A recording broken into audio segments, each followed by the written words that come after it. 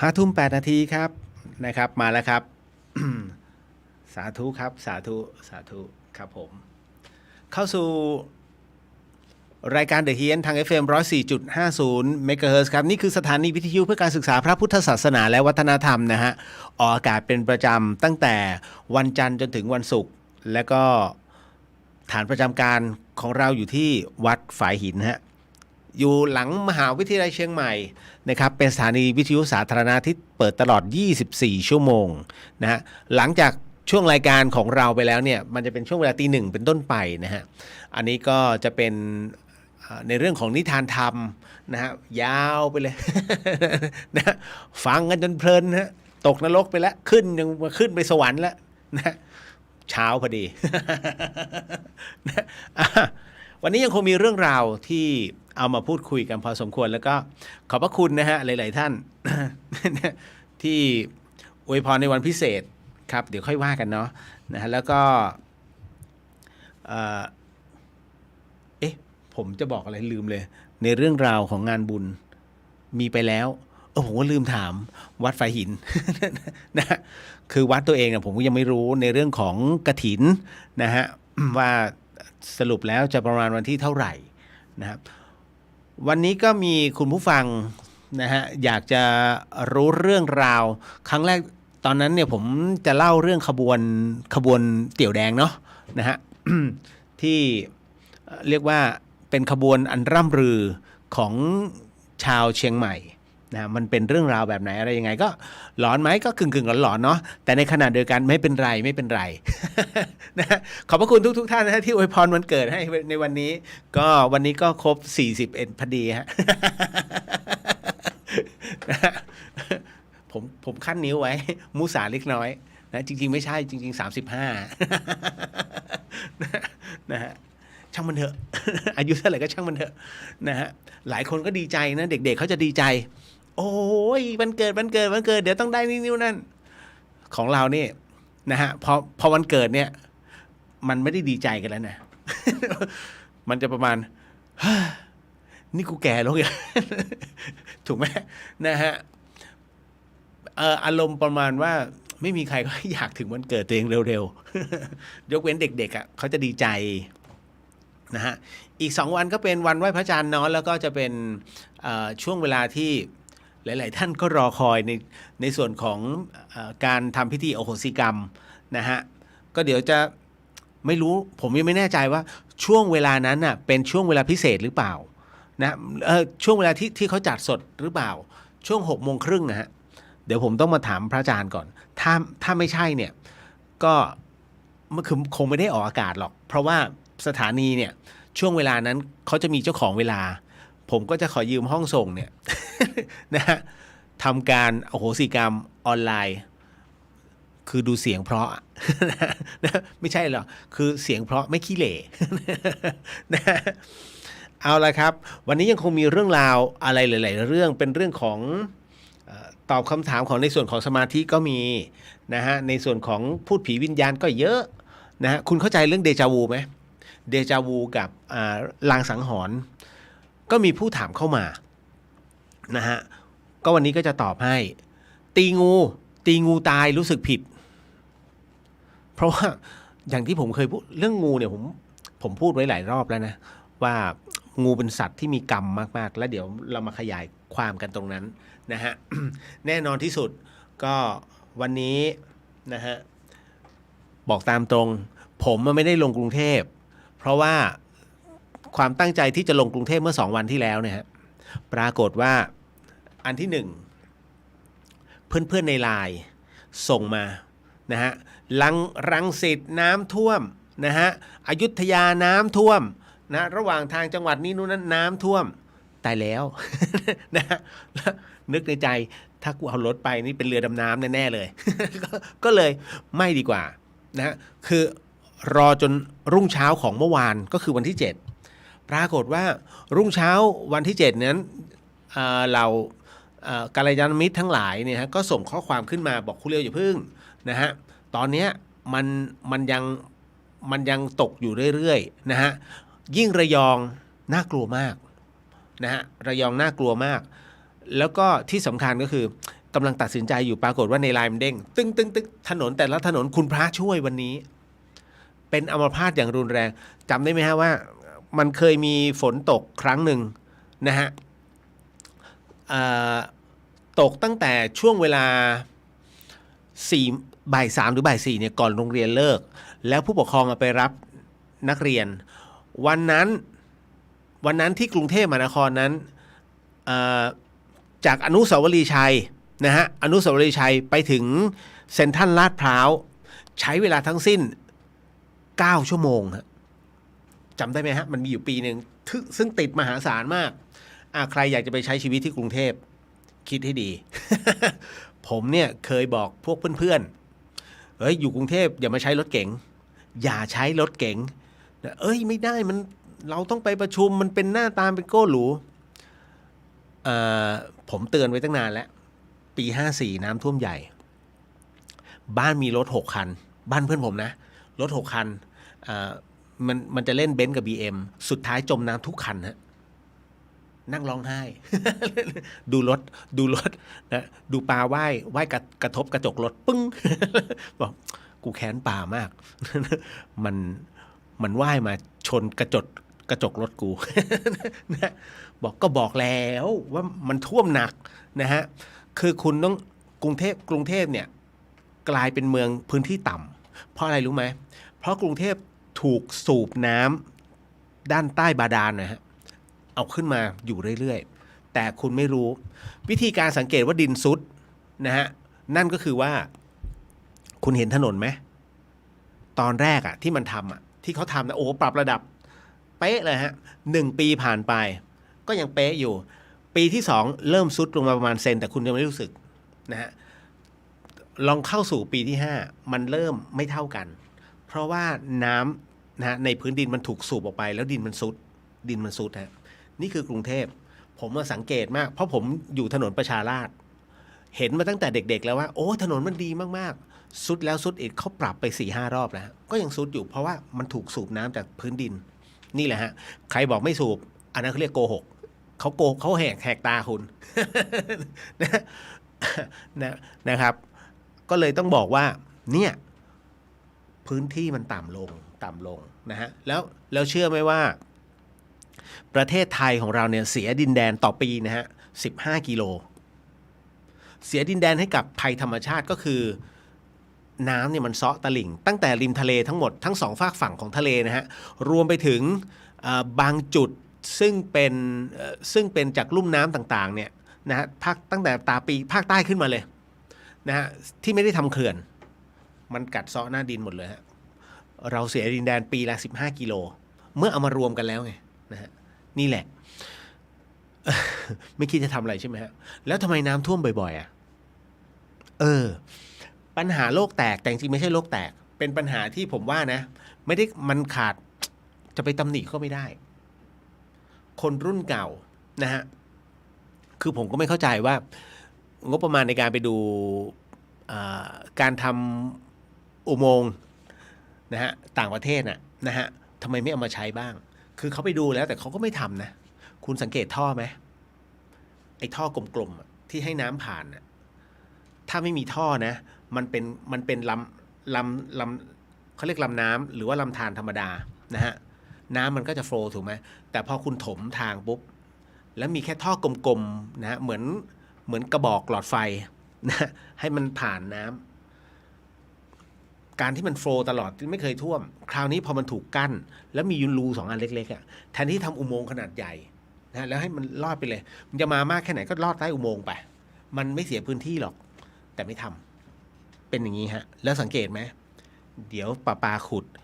องค์การโทรศัพท์ขุดนะฮะเดี๋ยวโยธามาขุดมันอยู่นั่น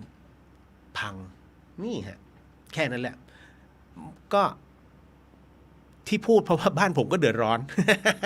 แต่บ้านผมท่วมไม่ได้ฮะบางซื่อถ้าท่วมเมื่อไหร่กรุงเทพท่วมอันเนื่องมาจากว่าที่บ้านผมเป็นจุดที่เขาระบายน้ำออกสู่แม่น้ำเจ้าพระยาถ้าท่วมรัฐสภาไม่เหลือ นี่แหละมาเดี๋ยววันนี้ขออนุญาตนะครับก็จะตอบคำถามเช่นเดิมรวมไปถึงในส่วนของการ นำสมถะศีลแล้วก็นั่งสมาธิเบื้องต้นกันเนาะนะแล้วหลังจากนั้นเดี๋ยวเราค่อยมาว่ากันนะฮะทุกลำดับเหตุการณ์ทั้งหมดทั้งมวลนะครับส่วนในเรื่องของงานบุญผมว่ามันมีงานหนึ่งนะที่ผมจะบอกบุญแต่ผมลืม รายการนี้สดไม่มีสคริปต์ถ้ามีสคริปต์ผมจะพูดทันทียกเว้นว่าบัญชีธนาคารผมจะจดไว้อันนี้ไม่มีสคริปต์แต่มันติดที่ปากอะไรวะงานบุญอะไรวะผมพยายามนั่งนึกเรื่อยๆนะฮะแต่นึกไม่ออกนะครับก็ยกประโยชน์ไปก่อน นะครับเดี๋ยวขออนุญาตเดี๋ยวทักทายก่อนเนาะขอบพระคุณมากๆฮะสำหรับคำอวยพรวันเกิดนะฮะในวันนี้สาธุนะฮะน้องลิลลี่สวัสดีครับพี่เลียสวัสดีครับผมกุ๊บกิ๊บสวัสดีครับพี่เลียคุณแม่ด้วยนะคะนะฮะยังคงมีคำถามเหมือนเดิมฝากสวัสดีคุณแม่ด้วยกุ๊บกิ๊บนะฮะคำถามแรกเราจะขจัดอารมณ์หงุดหงิดคุ้นๆมาก เราจะขจัดอารมณ์หงุดหงิดของเราได้อย่างไรให้ไวที่สุดรับรู้แต่ไม่รับเก็บสิ่งที่มันทำให้เราหงุดหงิดเพราะว่ามันมีบางอย่างที่มากระทบอารมณ์ฮะกุ๊บกิ๊บแล้วเราเก็บไปคิดเรื่องราวแบบนั้นแต่ถ้าเรารู้จักวางรู้ว่ามันว่ามีคนด่านะฮะแต่เราไม่เก็บพอไม่เก็บปุ๊บมันก็จะรีบวางทันทีฮะอ๋อเหรอช่างมันเดี๋ยวด่าไอ้นู่นไอ้นี่ไอ้นั่นเราอย่าไปรับเฮ้ยว่าไม่ฟังอีนั่นอีนี่นะฮะไม่ใช่ชื่อเรา อย่าไปเอาไอ้สิ่งที่เขาด่าเนี่ยกลับมาเป็นตัวเราเพราะฉะนั้นเราก็กระแทกไปนะฮะเหมือนกับคิดเล่นๆอุ้ยตายแล้วอันนี้เขามีเพื่อนเป็นสหายตัวนั้นตัวนี้ด้วยเหรอ คิดเป็นแง่บวกฮะแล้วมันก็จะหายหรือไม่ก็เราจะไปเอาสิ่งนั้นมากระทบตัวเรานะครับพอเราถ้าเราเอาสิ่งนั้นมากระทบอารมณ์นะฮะน้องหยิบตรงนั้นเข้ามาเป็นอารมณ์ปุ๊บนั่นคือน้องกำลังแบกสิ่งนั้นเอาไว้ทำให้จิตใจเริ่มหงุดหงิดวุ่นวายทำงานไม่ได้นะฮะก็รีบเอาออกไปนะเพราะฉะนั้นจึงใช้คำว่ารับรู้ไม่รับเก็บนะฮะดีที่สุดคำถามที่สองหลักเจโตปริยญาณกับมโนมยิทธิต่างกันไหมคะขอบพระคุณค่ะเจโตเป็นสายฤทธิ์มโนมยิทธิถือว่าเป็นสายฤทธิ์เช่นกันแต่เป็นอีกแบบหนึ่งฮะก็คือเวลามันมีแบบถ้าเป็นข้อ1มันจะมี 1.1 1.2 แบบเป็นประเภทด้วยนะดังนั้นพวกเจโตเนี่ยไม่จำเป็นจะต้องเอาง่ายๆเป็นผู้ที่มีสัมผัสตามอายตนะทั้งหมดที่แตกต่างกันไปแต่มโนมยิทธินั้นเป็นการฝึกสมาธิเข้าไปถึงอุปจารสมาธินะฮะไปจนถึงมันจะเป็นคณิกะสมาธิแล้วก็อุปจารสมาธิก่อนนั่นก็คือเป็นสมาธิระดับกลางก่อนที่จะไปถึงเป็นสมาธิอันนั้นต้องไปถึงฌาน4อัพเลยนะฮะเพราะฉะนั้นอันนั้นเป็นเส้นทางสู่พระนิพพานดังนั้นในส่วนของมโนมยิทธินั้นก็เป็นการเจริญสมาธิชนิดหนึ่งแล้วกันนะฮะแต่ว่าอาจจะติดฤทธิ์ได้เพราะว่ามันสามารถพาไปที่นู่นที่นี่ได้พาไปยังถ้าจะบอกพาไปสวรรค์ได้พาคุณไปชมนรกได้นะฮะโดยที่ตัวเรานั่งเนี้ยแล้วต้องถอดไปหรือเปล่าไม่บรรยายไหมไปฝึก และจะรู้นะฮะว่ามันเป็นยังไงนะฮะแต่ที่สำคัญคือมโนมยิทธินั้นจะต้องคุณจะต้องตอบให้ไวหมายถึงว่าเวลาเข้าสมาธิเสร็จปุ๊บเนี่ยเขาจะบรรยายให้เห็นว่าตอนนี้คุณอยู่สมมุตินะตอนนี้คุณอยู่ที่ทะเลแห่งหนึ่งบริเวณอำเภอเขตอำเภอหัวหินตอนนี้คุณเห็นอะไรบางคนคุณเห็นทะเลเป็นสีอะไรบางคนสีฟ้าบางคนสีเขียวทำไมเป็นสีเขียววะอ๋อมรสุมนะฮะคือตอบทันทีแต่บอกบางคนเห็นทะเลแต่บางคนไหนวะทะเลไม่เห็นทะเลปุ๊บยังไม่เห็นครับถ้าตอบช้ามันจะมีตัวเขาเรียกตัวหนึ่งที่มันเป็นตัวขวางอันนี้คือคำตอบที่ไม่เป็นคำตอบที่ถูกกลั่นกรองออกไว้มันไม่ใช่คำตอบที่แท้จริงเหมือนกับ คนที่ดูหมอดูนะฮะคนที่ฝึกโหราศาสตร์เวลาฝึกโหราศาสตร์ปุ๊บคุณจะใช้คำว่าไม่แน่ใจถ้าจิตคุณฟ้องเบื้องต้นว่าอ๋ออันนี้ราหูเล็งราหูแล้วลัคนาเล็งราหูแล้วคุณต้องบอกทันทีว่าไอเนี้ยนะฮะตอนนี้กำลังเผชิญกับอะไรนะแต่คุณอย่าแบบมันใช่หรือเปล่าวะถ้ามีการลังเลสงสัยปุ๊บเรียบร้อยฮะคำตอบที่ได้นั้นคือเป็นคำตอบที่ผิดเพี้ยนมากนะฮะอันนี้ก็เลยบอกให้รู้ว่าวิธีการของมโนมยิทธิเขาคล้ายๆแบบนี้นะฮะขอบคุณมากจ้านะไม่เหมือนกันนะจ๊ะนะส่วนเจโตนั้นอายตนะทั้งหมดเป็นทิพย์แต่คนหนึ่งนะฮะจะมีความเป็นทิพย์นะฮะตามโสตจริงๆเนี่ยถ้าเป็นหลักสากลทั่วไป1 คนต่อ1โสตแต่ถ้า1 คนเป็นทุกโสตยากมากแต่มันถามว่ามีไหมผมก็คิดว่าน่าจะมีนะเท่าที่เห็นนะผมเจอคนหนึ่ง2 โสตนะฮะอย่างประเภทตาทิพย์นะฮะแล้วก็มีสัมผัสพิเศษนะเพราะฉะนั้นประเภทตาทิพย์กับสัมผัสพิเศษเนี่ยเขาก็จะเป็นอีกประเภทหนึ่งก็รับรู้อีกคนหนึ่งมีหูเป็นทิพย์เขาสามารถรับรู้แล้วก็รับฟังนะฮะว่าวิญญาณนะฮะตรงนี้มีเสียงกระซิบจากวิญญาณเนี่ยพูดอะไรอยู่อันนี้เขาก็จะเป็นแบบโสตของหูความเป็นทิพย์ที่เกิดขึ้นดังนั้นทั้งหมดทั้งมวลมันจึงมารวมกันนะฮะแบบกับบุคคลที่มีเจโตปริยญาณนะฮะ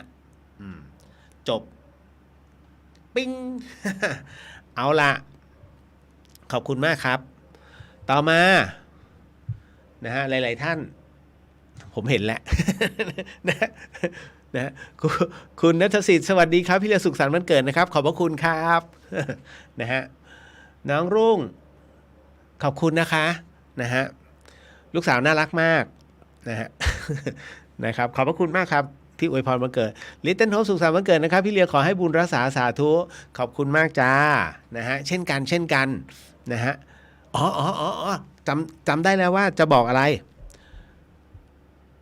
สำหรับคุณผู้ฟังที่ฟัง FM 104.50 เมกะเฮิรตซ์ที่จังหวัดเชียงใหม่แล้วก็จังหวัดใกล้เคียงนะฮะหรือฟังในส่วนของ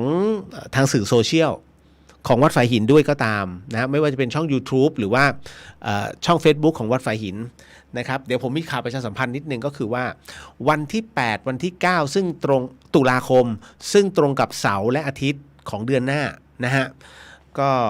พี่หมอตู่ซึ่งเป็นผู้ที่เรียกว่าจัดสมดุลกระดูกนะฮะเป็นผู้ที่เป็นหมอที่จัดสมดุลเรียกว่าระดับต้นๆนะฮะระดับต้นๆของพันทิปที่เขารีวิวว่าสุดยอด นะฮะแกก็คือผมก็ให้คิวไปว่าจะมาที่แกจะมาที่เชียงใหม่นะที่วัดฝายหินวันที่8วันที่9นะครับนะฮะท่านใดที่มีปัญหาเรื่องกระดูกนะฮะปัญหาเรื่องกระดูกแล้วก็อยากจะได้รับคำปรึกษานะฮะปรึกษาได้ทดลองได้นะครับส่วนพระสงฆ์นะฮะพระคุณเจ้ารูปใดที่มีอาการอาพาธเกี่ยวกับกระดูกหรือว่าเป็นเรื่องของข้อต่ออะไรต่างๆนานาเนี่ยฮะถ้าท่านมีฟิล์มเอ็กซเรย์นะก็ถ้าท่านอยากจะมาทดลองในการรักษาก็ขอเชิญนะครับแล้วก็นำฟิล์มเอ็กซเรย์มาด้วยนะครับพระสงฆ์ไม่คิดเงินส่วนญาติธรรมแล้วแต่ทำบุญนะเพราะว่าพี่เขาจะเอาปัจจัยเนี่ยนำไปปัจจัยที่ได้เนี่ยส่วนหนึ่งถวายเป็นค่าน้ำค่าไฟ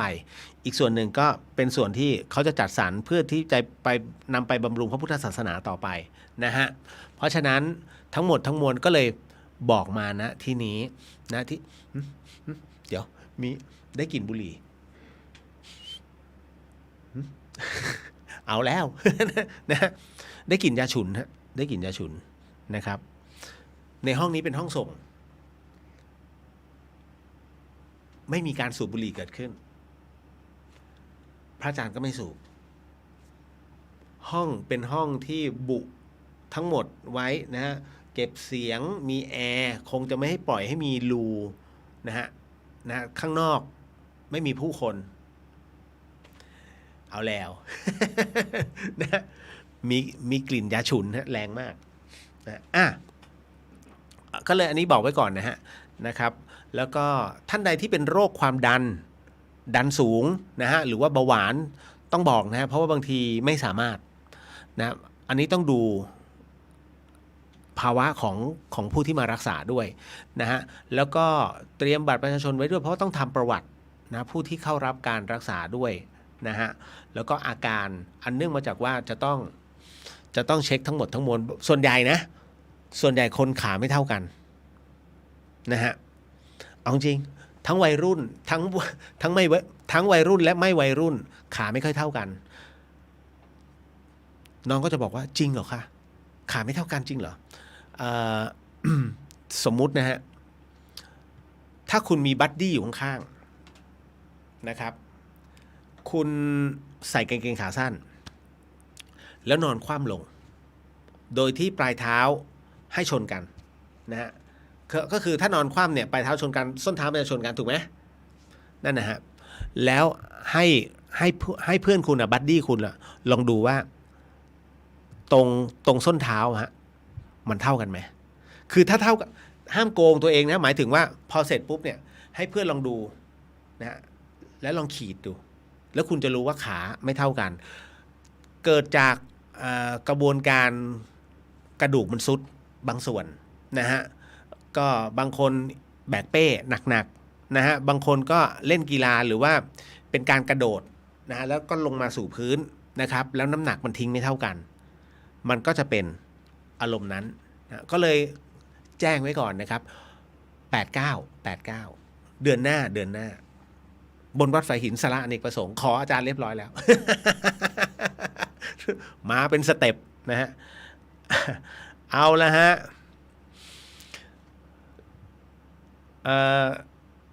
คุณคณิกาสวัสดีค่ะสุขสันต์วันเกิดค่ะขอบพระคุณนะครับโมทนาสาธุพี่บัวลมสวัสดีค่ะ HBD ค่ะนะฮะรายการ Happy Birthday ใช่ไหม อันนี้รายการเดอะเฮียนขอบพระคุณนะครับพี่นะครับคุณจินชกรรมนมัสการพระอาจารย์เจ้าค่ะ Happy Birthday ค่ะคุณเลียวเดี๋ยวจะมาสัปทานศีลมิควรพร่องข้อ4นะคะ สาธุนะฮะอันนี้104ขออันนี้มีความสุขและสุขภาพแข็งแรงอุ้ยตายแล้วพระอาจารย์อุ้ยพอสาธุโอ้โหเพิ่งเห็นนะฮะคุณจัญญาแฮปปี้เบิร์ธเดย์ขอบพระคุณครับโมทนาสาธุนะฮะพี่อุทิศน้อมกราบนมัสการท่านพระอาจารย์เจ้าค่ะน้องสวัสดีคุณเดียวเจ้าค่ะสวัสดีนะครับพี่อุทิศนะกราบขอบพระคุณอย่างยิ่งพี่อุทิศก็เป็นอีกท่านหนึ่งที่อวยพรผมทั้ง2เพจเลยนะหมิวน้องหมิวบอกว่าสุขภาพร่างกายแข็งแรงสุขสันต์วันเกิดค่ะขอบคุณมากค่ะนะฮะป้าแก้วสวัสดีค่ะคุณเดียวสวัสดีครับนะฮะป้าแก้วนะฮะพระอาจารย์อวยพรนะฮะพระอาจารย์พระครูสมุวิสุวัฒน์นะฮะขอให้นี้มีความสุขและสุขภาพแข็งแรงตลอดไปนะสาธุนะฮะป้าแก้วเมืองการไม่ท่วมค่ะโอ้โหถ้าเมืองการท่วมก็ตายอ่ะป้าแก้วนะฮะ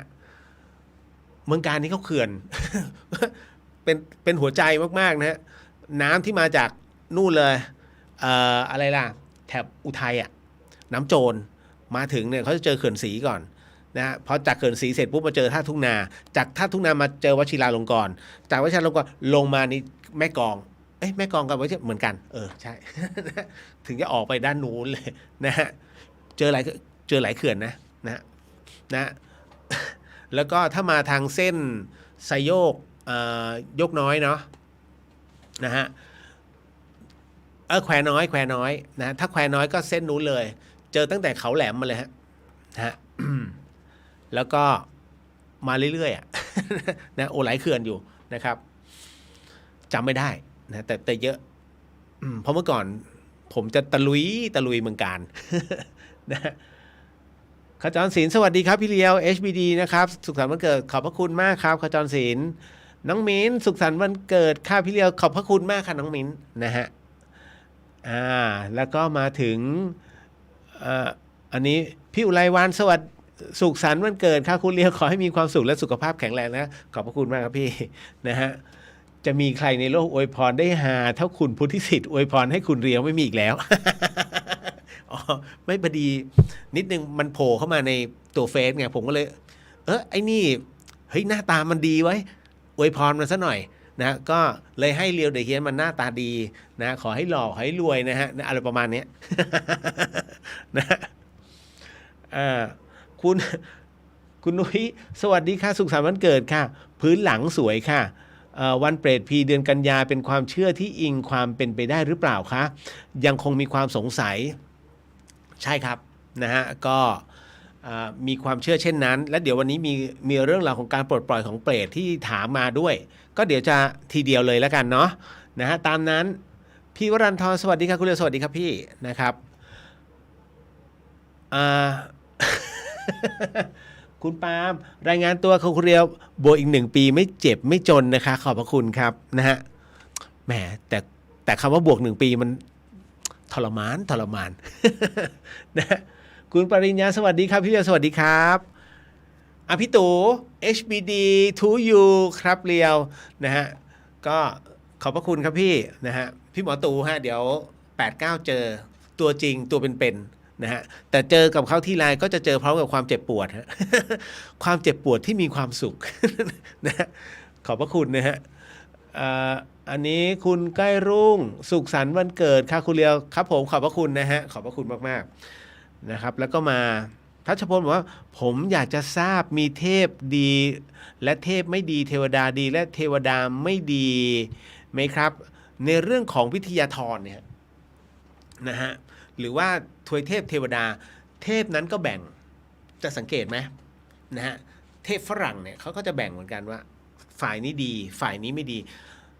ศึกมหาเทพไงหนังจีนก็ยังมีศึกมหาเทพแสดงว่านะฮะเราไปหาไงเขาเรียกมาหาไม่เอามุกแผ่ว เอาเป็นว่าเทวดามีทั้งดีและไม่ดีใช่หรือเปล่าแอบบอกว่าใช่ฮะเทวดาไม่ดีคือเทวดาที่ประเภทกลางวันนะฮะกลางวันเป็นเทพกลางคืนเป็นเปรตจำได้ไหมฮะประเภทนักบุญใจบาปประเภทที่ชอบขโมยของอ่ะนะฮะมือถือสากปากถือศีลเอาอย่างนี้เนี่ยสมมุติถ้าไปยกตัวอย่างชาวบ้านเดี๋ยวก็ถูกด่ายกตัวอย่างผมแล้วกันอย่างผมเนี่ยพวกเราต้องมีศีลกันนะมีศีลกันนะฮะปรากฏว่าพระอาจารย์วางเครื่องเพชรเอาไว้สมมุติเป็นเครื่องเพชรโอ้โหเราก็แอบตอนที่พระอาจารย์เผลอเราก็แอบเอาเครื่องเพชรมาซึบไปไม่รู้เรื่องมาอีกวันหนึ่งถือศีลนะถือศีลทำบุญกันนะแต่เอาเครื่องเพชรไปแหละไอ้ประเภทนี้พอตายลงปุ๊บเรียบร้อยเลยฮะกลางคืนอยู่บนสวรรค์เพราะเป็นคนที่เรียกศีลกลางวันขออภัยกลางวันอยู่บนสวรรค์ภาคกลางคืนปุ๊บเป็นเปรตมาขอต้องชดใช้อันนี้เป็นประเภทเทวดาอีกแบบเป็นเปรตจัดอยู่เป็นเปรตอีกประเภทหนึ่งนะฮะแต่ก็เป็นเปรตประเภทกึ่งเทวดาอันนี้เขาเรียกว่า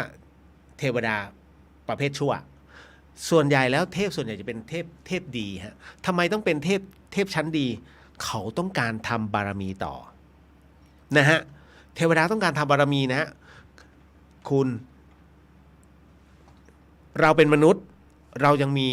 รูปแบบของเราอย่างเช่นฐานะยากจนฐานะปานกลางฐานะร่ำรวยและฐานะรวยโคตรถูกไหมฮะมันก็แบ่งเป็นสเต็ปของชีวิตเพราะฉะนั้นคนที่มีฐานะปานกลางย่อมรับฟังคนที่มีฐานะร่ำรวยกว่าเช่นเดียวกับผู้ที่มีฐานะยากจนก็มักจะฟังคนที่มีฐานะปานกลางและฐานะร่ำรวยกว่าถูกไหมฮะเหมือนกันเทวดาก็เป็นเช่นนั้นนะฮะแบ่งแยกเหล่าเพศนะฮะเหล่าประเภทเทวดาจากรัศมีเป็นหลักนะฮะรัศมีที่ครอบตัวเนี่ยเป็นหลักดังนั้นในส่วนของเทวดานะจึงต้องอาศัยบุญจากเราที่ทำหรือเป็นบุญที่เขาทำของเขาด้วยช่วยคน3 ตัวหลัก2 ตัวโต๊ด3 ตัวโต๊ด2 ตัวเต็ง อะไรแบบผมเล่นไม่เป็นนะฮะไม่ค่อยได้แทงฮะพอดีเจ้าวาดไม่ค่อยบอกครับ ผู้เล่นนะฮะอ่ะก็ก็ประมาณนี้ฮะจึงต้องบอกเอาไว้ก่อนว่าเนี่ยมันจะมีประเภทแบบนี้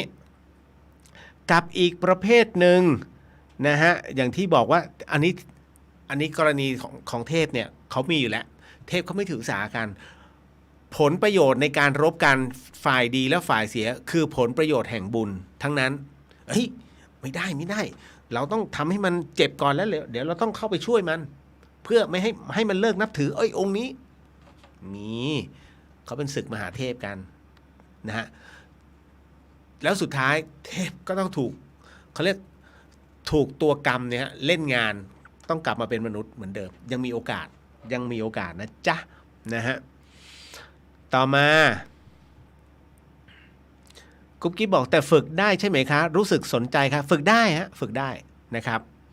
มโนมยิทธิใช่ไหมนะฮะขออนุญาตนะฮะแป๊บหนึ่งที่เชียงใหม่ใช่ไหมพอดีผมจดผมจะบันทึกเอาไว้ว่าที่ไหนที่เขามีการฝึกหรือว่าอะไรเอาไว้เนี่ยนะฮะไม่มั่นใจเอางี้มันน่าเกลียด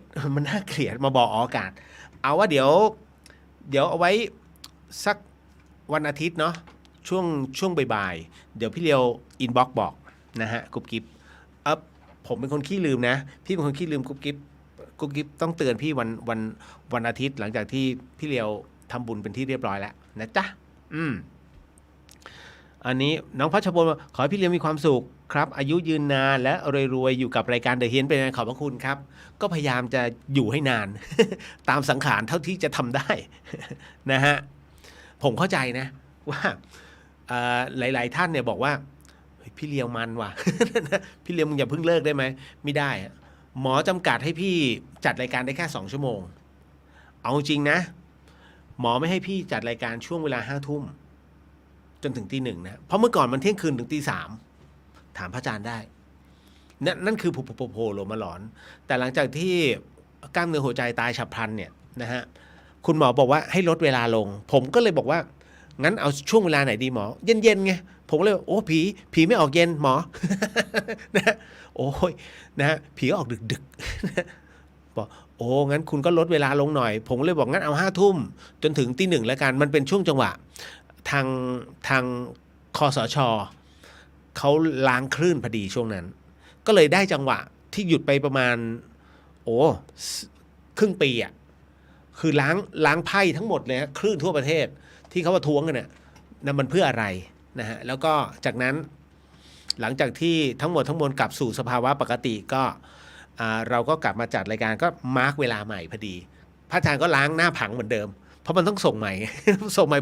เรามีสิทธิ์ก่อนนะเพราะเราอยู่ที่นี่เรามีสิทธิ์เลือกก่อนก็เลย5 ทุ่มตี 1พระอาจารย์ ตั้งแต่ว่าก็5 ทุ่มตี 1นะฮะ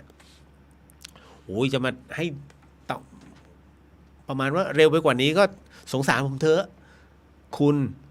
คุยคนเดียวเนี่ย2 ชั่วโมงเนี่ยไม่บ้าก็บุญแล้ว เอาจริงนะฮะคือมันคุยคนเดียวเนี่ยบ้าว่ะ มันกล้าคุยเลยคือถ้าไม่มีคำถามนะโอ้โหผมเหมือนกับอะไรล่ะคล้ายๆหมาเป่าไข่อ่ะไม่ได้ยินอะไรพูดอะไรบ้าอะไรประมาณนี้ก็เลยเอาธรรมดาเดี๋ยวผมปกติแล้วผมปากจัดนะ หลายๆท่านจะทราบนะครับแต่ไม่เป็นไรนะอันนี้ก็เลยแจ้งให้ซอฟมากตั้งแต่มากับหักมุมมาจัดธรรมะนี่ผมซอฟมากโอ้โหไม่งั้นผมซัดกระจายอะไรที่คือเราจะพูดถึงเน้นในเรื่องของพระวินัยแล้วผมจะเป็นประเภทที่ถ้าเจอน้องเนนหรือว่านักบวชนะฮะซึ่งท่านทำผิดพระวินัยอย่างน่าเกลียดอย่างเงี้ยผมซัดออกอากาศเลยตอนนั้นเลยนะอันนี้ไม่มีแล้วเพราะว่าขี้เกียจไปติดกรรม นะก็กรรมใครกรรมมันนะฮะแต่เราพูดด้วยหลักการและเหตุผลเพื่อพระพุทธศาสนาเพราะว่าตอนนั้นเนี่ยวัดฝายหินเป็นอีกหนึ่งเป็นศูนย์พิทักษ์พระพุทธศาสนาเลยนะฮะก็ได้พระอาจารย์พระครูสมุวิศวัตรวรกิจโจท่านเป็นศูนย์รวม นะของการพิทักษ์พระพุทธศาสนาดังนั้นจะเห็นนะเวลาผมจัดรายการมันค่อนข้างดุเดือด นั่นแหละแล้วก็ไม่ค่อยมีใครกล้ามาปะทะเพราะเวลาปะทะนี่ผมก็ใช้ส่วนความเป็นฆราวาสด้วยยกตัวอย่างให้เห็นด้วยแล้วยกตัวอย่างเวลาผมยกตัวอย่างเนี่ยหลายๆท่านก็อึ้งๆ นะเพราะเรายกตัวอย่างจริงๆที่เห็นนะฮะพบเจอไม่ใช่เฉพาะที่ในพื้นที่นะผมก็จะยกทั่วประเทศที่เราไปเจอไปประสบพบเจอมานั่นนะฮะ พี่เลียวคะคุณแม่ฝากอวยพรวันเกิดให้พี่เลียวค่ะขอให้จัดรายการไปยาวนานนะคะได้2 ชั่วโมงกุ๊บกิ๊บมากไปกว่านั้นพี่เลียวอาจจะมรณภาพนะฮะ นะขอให้สุขภาพแข็งแรงนะคะพ้นโรคภัยไข้เจ็บพ้นโควิดนะคะสาธุขอบพระคุณมากครับฝากกับคุณแม่ด้วยนะฮะแล้วก็ฝากทักทายคุณพ่อด้วยเนาะนะฮะคุณพัฒสุขสันต์วันเกิดค่ะขอให้มีความสุขสุขภาพแข็งแรงนะคะขอบพระคุณครับนะฮะคุณนัทสวัสดีค่ะคุณเรียวสวัสดีครับผมนะฮะวันนี้ทั้งวัน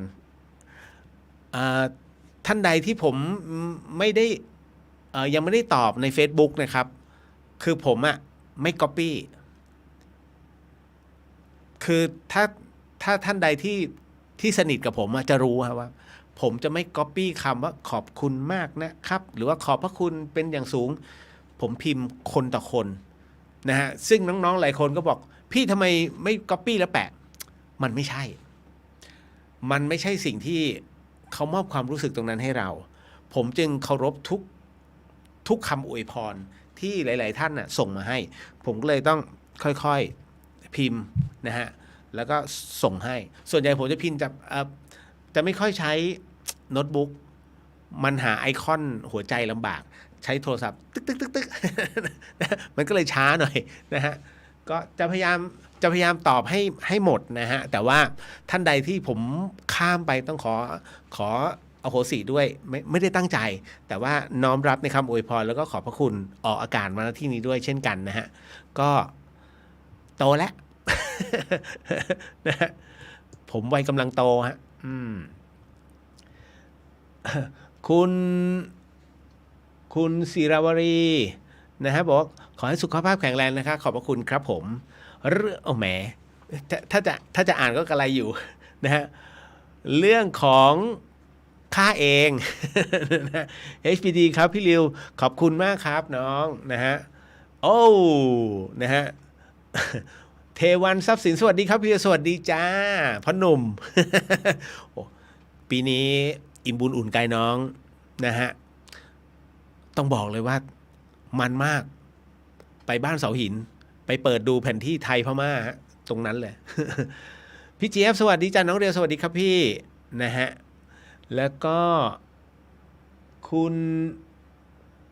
ณอะไรเนี่ยอ่านว่าคุณลวิชาสวัสดีครับพี่เรียวสุขสันต์วันเกิดนะคะขอบคุณมากครับผม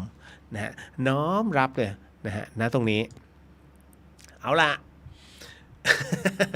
เดี๋ยวขออนุญาต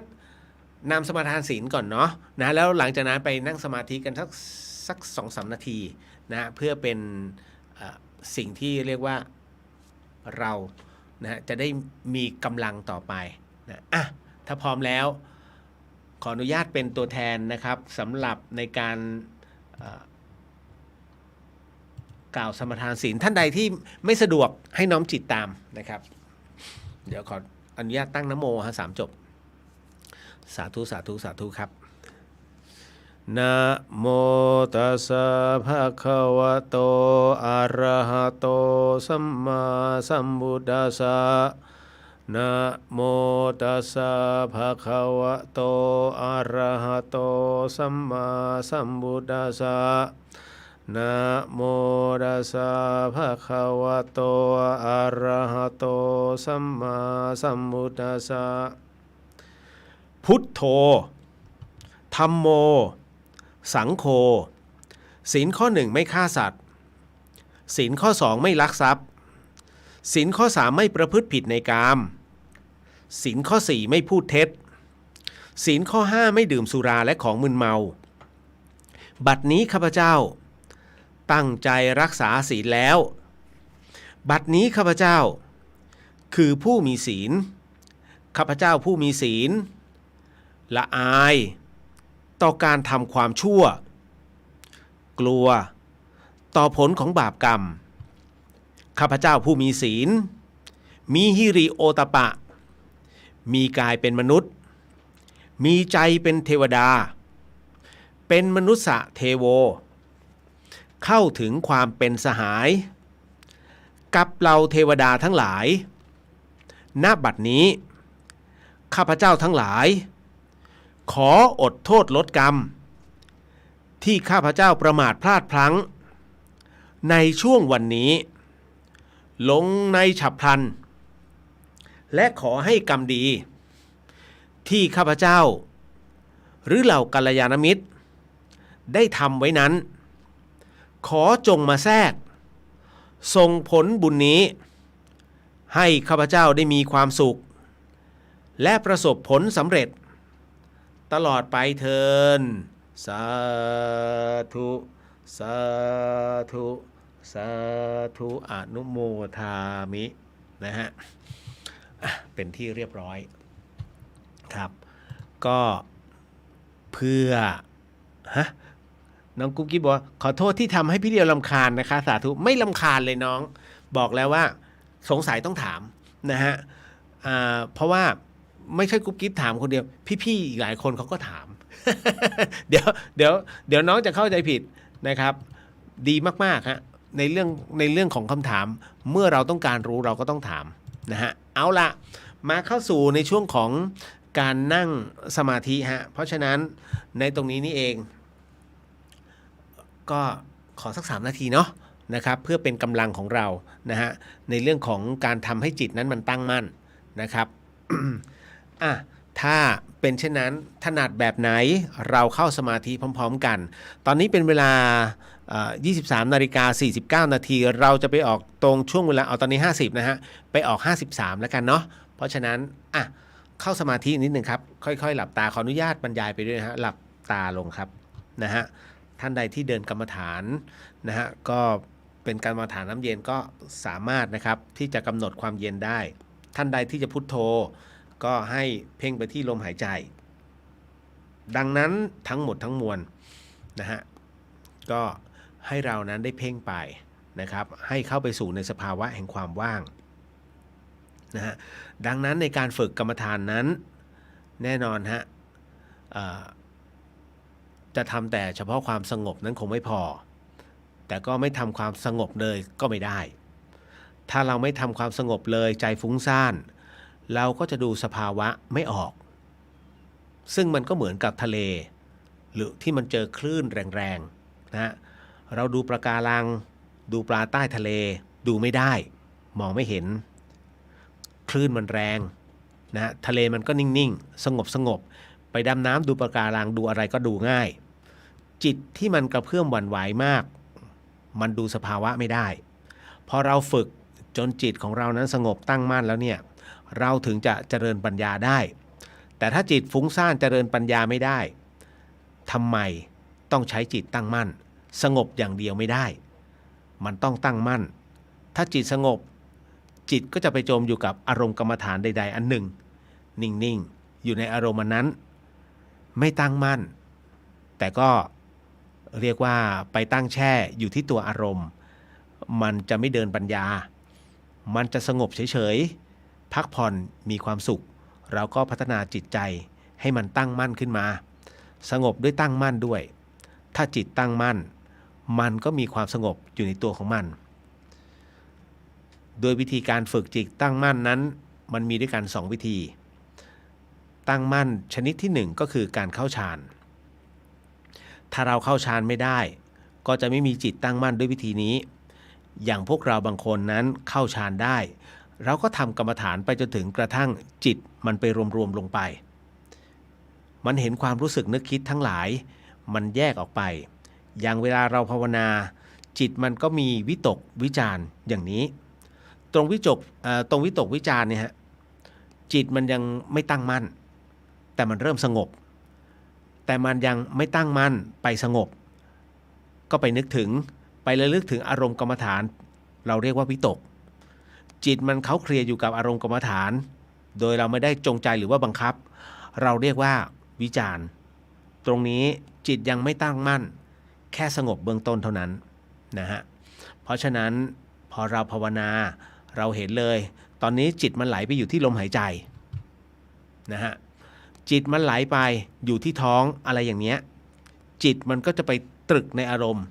นะไปเคล้าเคลียอยู่กับอารมณ์กรรมฐานพอเห็นตรงนี้จิตมันก็จะวางตรงวิตกวิจารจิตก็จะทวนกระแสเข้ามาหาจิตจิตมันมีปิติมีความสุขมีความเป็นหนึ่งอยู่ตรงที่จิตมันวางตรงวิตกวิจารได้ วางความตรึกความตรองได้วิตกก็คือจิตที่มันตรึกถึงอารมณ์มันนึกถึงอารมณ์วิจารคือมันตรองมันเคล้าเคลียมันพิจารณาอยู่ที่ตัวอารมณ์พอจิตมันหมดความสำคัญ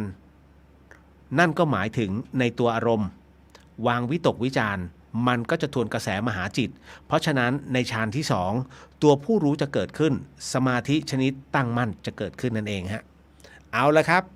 ค่อยๆลืมตาถอนสมาธิค่อยๆถอนสมาธินะฮะค่อยๆถอนนะฮะเอาละเรียบร้อย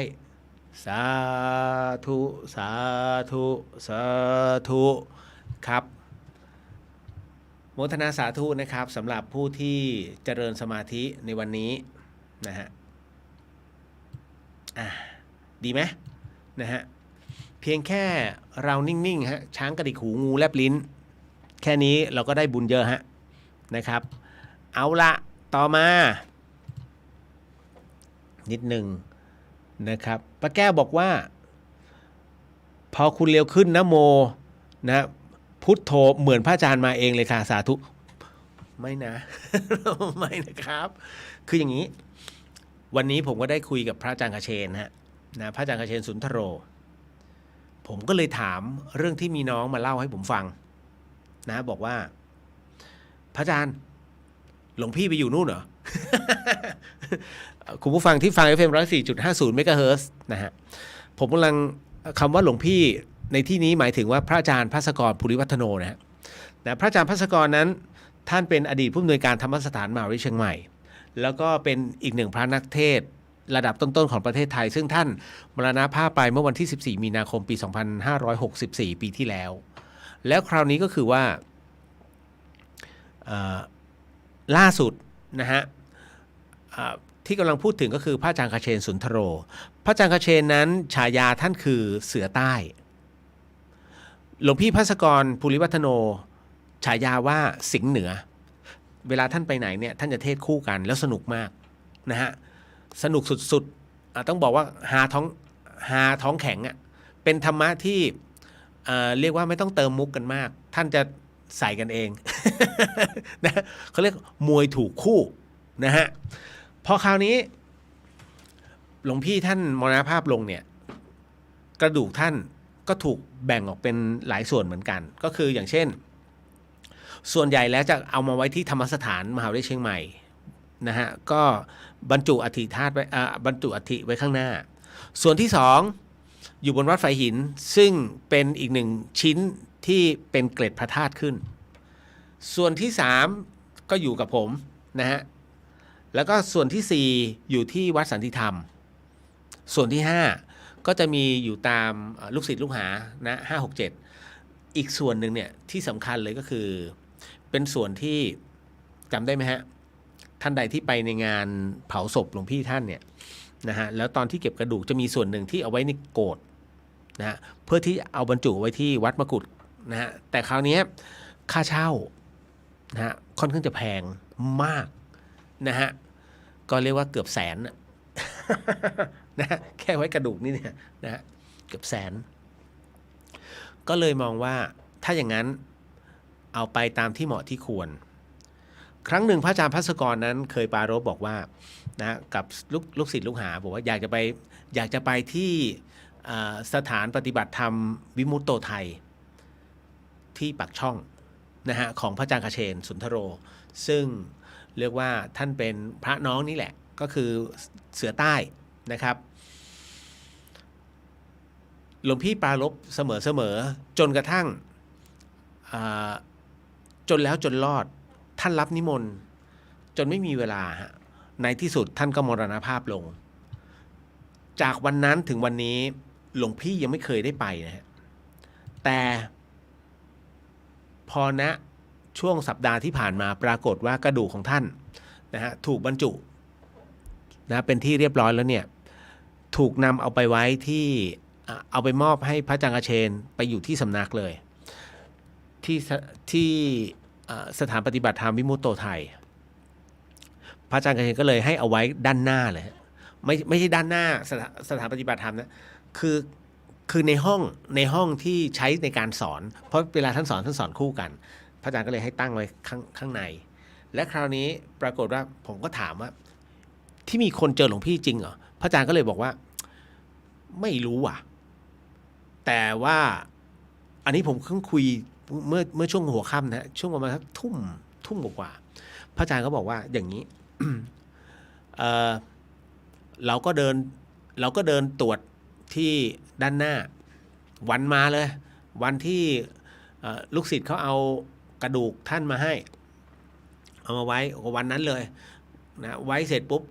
นะลูกศิษย์กลับไปท่านก็เดินตรวจด้านหน้าของสถาบันวิมุตโตไทยนะฮะเดินไปอยู่ปุ๊บก็เจอชาวบ้านก็ถามเอ๊ะท่านที่นี่มีพระสงฆ์กี่รูปท่านก็บอกอ้าวก็เห็นกี่รูปล่ะท่านก็พูดไปอย่างนี้ฮะอ๋อเห็นยืนตรงนั้นอีกรูป อ๋อเห็นท่านยืนตรงนั้นรูปนึงนะฮะแล้วก็เอางั้นก็2 รูปสิเห็นเท่าใดก็เท่านั้นน่ะ พระอาจารย์ก็เห็นเท่าไหนก็เท่านั้นน่ะ นะฮะพระอาจารย์ก็บอกไอ้เราก็ลืมถามว่าไอ้ที่เห็นน่ะรูปร่างเป็นยังไง นะฮะแต่อันนั้นก็คือเรื่องราวนะฮะว่าชาวบ้านเขาเห็นแต่พระอาจารย์ไม่เห็นหรอกท่านก็เดินตรวจของท่านนะครับก็เป็นอีกหนึ่งเรื่องราวที่เล่าให้ฟังนะฮะว่าณบัดนี้มีคนเจอนะหลวงพี่ท่านอยู่ที่ท่านมาเป็นพักๆแหละเพราะท่านต้องทำต่อนะฮะทำในที่นี้คือทำบารมีต่อนะครับก็ท่านมีภาระตายแล้วยังมีภาระนะคุณบางท่านคิดว่าการตายแล้วศูนย์ไม่ใช่นะจ๊ะมิจฉาทิฏฐิล้วนๆอย่าเข้าใจผิดนะครับเดี๋ยวนะฮะทำไมผมถึงบอกว่าอย่าเข้าใจผิดเพราะว่าล่าสุดนี้เดี๋ยวนะที่อเมริกามีความเชื่อเรื่องวิญญาณเฉยเลยเฮ้ยผมงงมากมีความเชื่อเรื่องการกลับชาติมาเกิดมากยังไม่ได้ถามน้องๆที่อยู่ที่อเมริกานะฮะว่าเฮ้ยเขามีเรื่องนี้จริงเหรอนะฮะก็เลยเดี๋ยวค่อยๆสืบหาที่มาที่ไปของความเชื่อนั้นก่อนเขามีความเชื่อเช่นนั้นตอนนี้กลายเป็นว่านอกจากศาสนาพุทธที่กล้าที่จะพูดในเรื่องของการกลับชาติมาเกิดนะฮะอันนี้แน่นอนที่สุดก็จะมีอีกหลายๆที่เขาเริ่มเชื่อแล้วนะเรื่องของการกลับชาติมาเกิดความตายไม่ใช่ตายแล้วศูนย์ตายแล้วยังคงต้องมีหน้าที่อยู่เช่นกันกรณีของหลวงพี่ภัสกรอันนี้เล่าสู่กันฟังนะฮะเล่าสู่กันฟังนะสำหรับผู้รู้เนี่ยท่านได้บอกงี้ว่าหลวงพี่ท่านเวลาตอนนี้ที่ท่านมรณภาพไปเนี่ยดวงจิตของท่านยังทำหน้าที่ต่อด้านบนหน้าที่ตรงนั้นหมายถึงว่าปัจจุบันความเป็นมนุษย์นะในสู่ความเป็นพระสงฆ์ที่ท่านดำรงชีพอยู่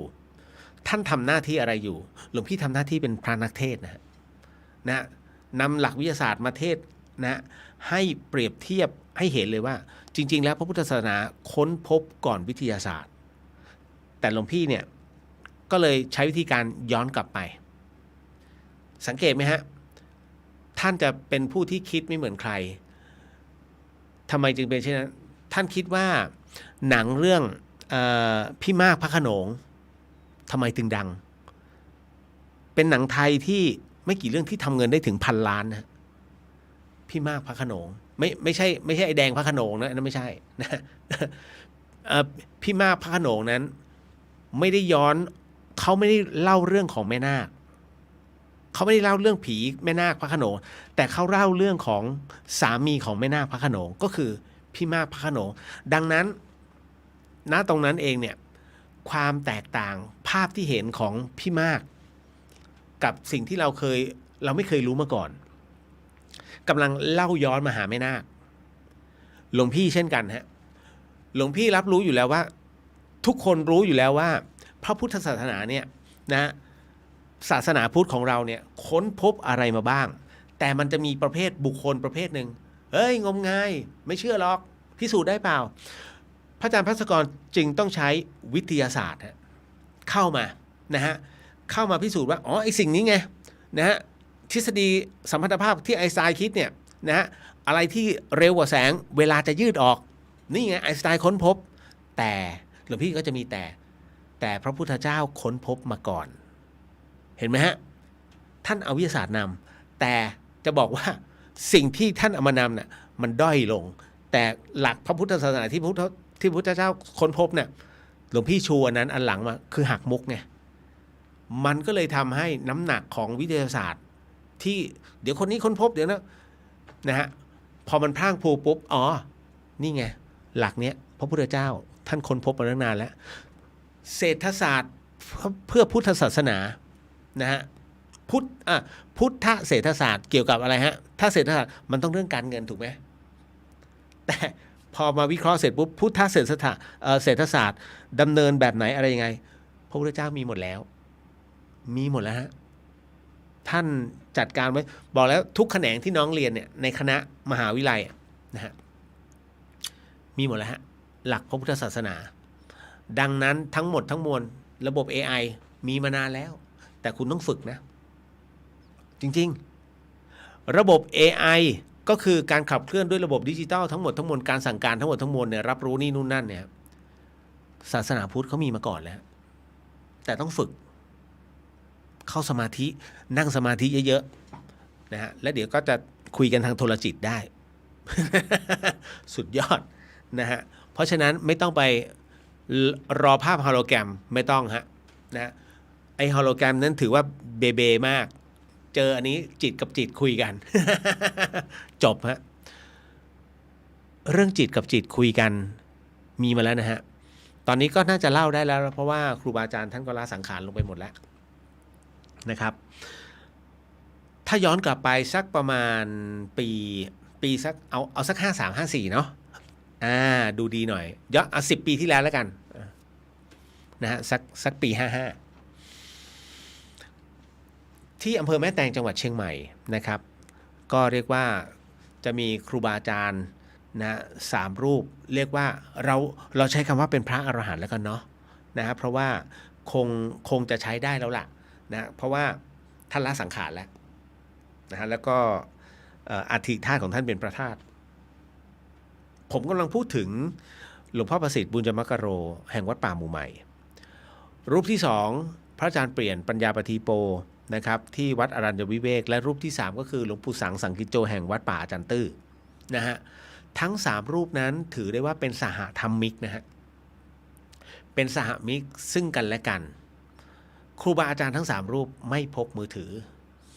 มีแต่พระเลขาที่คอยรับงานแล้วก็รายงานท่านแต่ท่านไม่พกมือถือแต่ทุกครั้งไปเวลาที่วัดป่าอาจารย์ตื้อ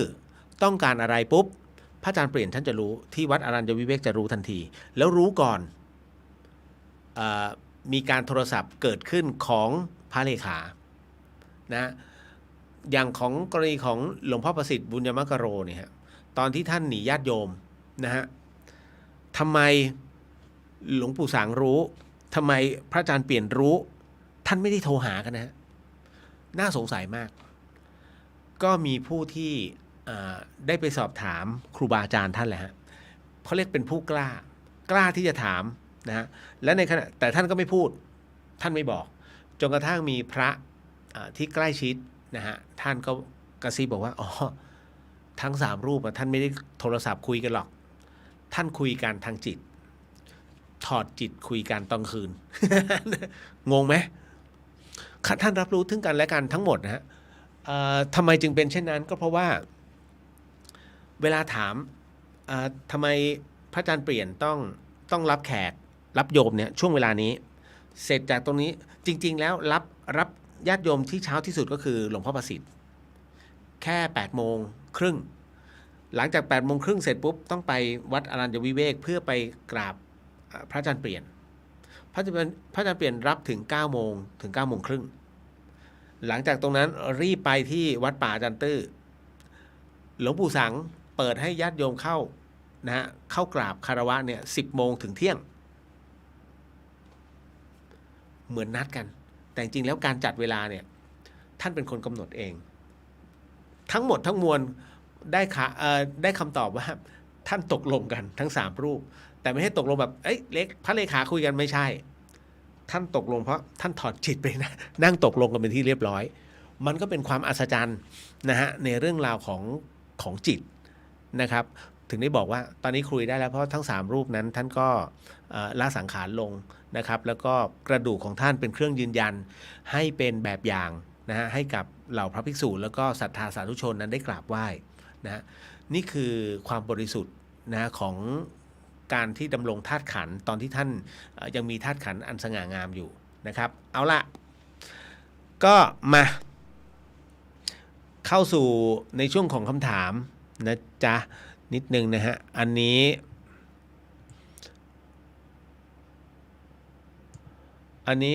คุณจินช่าโหวันนี้อะไรเนี่ยโหวันนี้คำนำภาวนาเจ๋งมากๆอะค่ะนำแบบนี้ โอ้นำแบบนี้อีกนะคะ นะฮะนำแบบไหนผมยังไม่รู้เรื่องเลย นะฮะโมทนาสาธุสาธุสาธุกับทุกท่านนะคะนะฮะพี่ขวัญตาสวัสดีค่ะคุณเรียวสุขสันต์วันเกิดอีกครั้งค่ะเข้ามาทักทายรอฟังย้อนหลังค่ะยินดีครับนะฮะขอบพระคุณมากๆครับคำนำภาวนาวันนี้ทำให้เห็นความสำคัญของสมาธิสงบเพื่อดูอารมณ์ได้ชัดเจนเหมือนน้ำนิ่งจึงดูปะการังได้จิตตั้งมั่นสามารถเจริญปัญญาต่อได้บทบรรยายจิตตั้งมั่นฮะสาธุครับกล่าวเลิกถึงพระอาจารย์อย่างที่สุดนะเจ้าคะนะฮะเอาละก็เป็นอีกหนึ่งเรื่องราวเนาะเอาละเดี๋ยวอันนี้คุณสจีสวัสดีครับคุณเรียวสวัสดีครับผมนะฮะมาเข้าสู่คำถามนะฮะเอาเรื่องนี้ก่อนเดี๋ยวจะสงสัยกันฮะในเรื่องราวของคำว่าเดจาวูนะครับเดจาวูคืออะไรได้ยินรุ่นพี่เขาบอกกันมันเหมือนลางสังหรณ์ไหมคะเดจาวูคือเดจาวูนะจ๊ะลางสังหรณ์คือลางสังหรณ์จะเอามารวมกันนะฮะนะเมื่อก่อนผมว่างงอะไรวะมูเตลูอะไรวะเดจาวู สงสัยใช่ไหมฮะมูเตลูเราอธิบายไปแล้วเนาะมูเตลูเป็นชื่อหนังเดจาวูเป็นอาการนะครับมูเตลูอธิบายไปแล้วเป็นชื่อหนังที่เกี่ยวกับเรื่องไสยเวทเรื่องไสยศาสตร์ของอินโดนีเซียไม่พูดถึงคราวนี้มาเราจะมาพูดถึงเดจาวูเดจาวูคืออะไรเดจาวูคืออาการนะอาการที่ทุกคนต้องเคยเจอมาแล้วแต่ทุกคนจะตั้งคำถามว่าอีหยังวะ นะอีหยังวะมันเกิดมาแล้ว นะมันคืออาการที่มีความรู้สึกว่าณช่วงเวลาใดช่วงเวลาหนึ่งที่เราได้กระทำลงไปหรือกำลังผ่านไปนะฮะหรือเป็นช่วงเวลาที่ผ่านไปเฮ้ยมันเหมือนเกิดขึ้นแล้วนะฮะแต่ไม่รู้ตอนไหนนะฮะสมมุติว่าคุณกำลังจะเดินไปทางหน้าบ้านเพื่อไปเจอผู้ชายคนหนึ่งนะฮะที่เขากำลังจะกล่าวทักทายว่าสวัสดีนะเสร็จปุ๊บอาการเนี้ยมันเหมือนตรงที่ว่าเฮ้ยมันเคยเกิดขึ้นแล้วณวันนี้คุณก็เดินไปที่หน้าบ้านจริงๆแล้วก็ไปเจอผู้ชายคนนั้นจริงแล้วผู้ชายคนนั้นก็ทักสวัสดีนะฮะแล้วคุณก็พูดคุยไปแต่ลึกๆแล้วคุณมีความคุ้นเคยว่าเฮ้ยเหมือนภาพซ้ำว่ะเหมือนมันเคยเกิดขึ้นแต่ไม่รู้เมื่อไหร่อันนี้เขาเรียกเดจาวูนะฮะเพราะฉะนั้น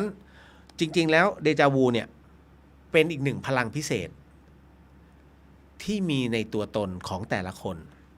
นะฮะเดจาวูนะก็คือคุณเนี่ยจิตของคุณมันออกไปแล้วแต่คุณไม่สามารถกำหนดได้แล้วจิตจำได้ไหมฮะ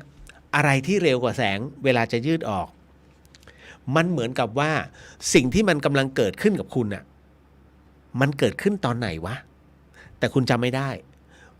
สมมุตินะฮะถ้าคุณหลับอยู่จิตมันผ่องใสมากแล้วมันหลุดออกไปฮะ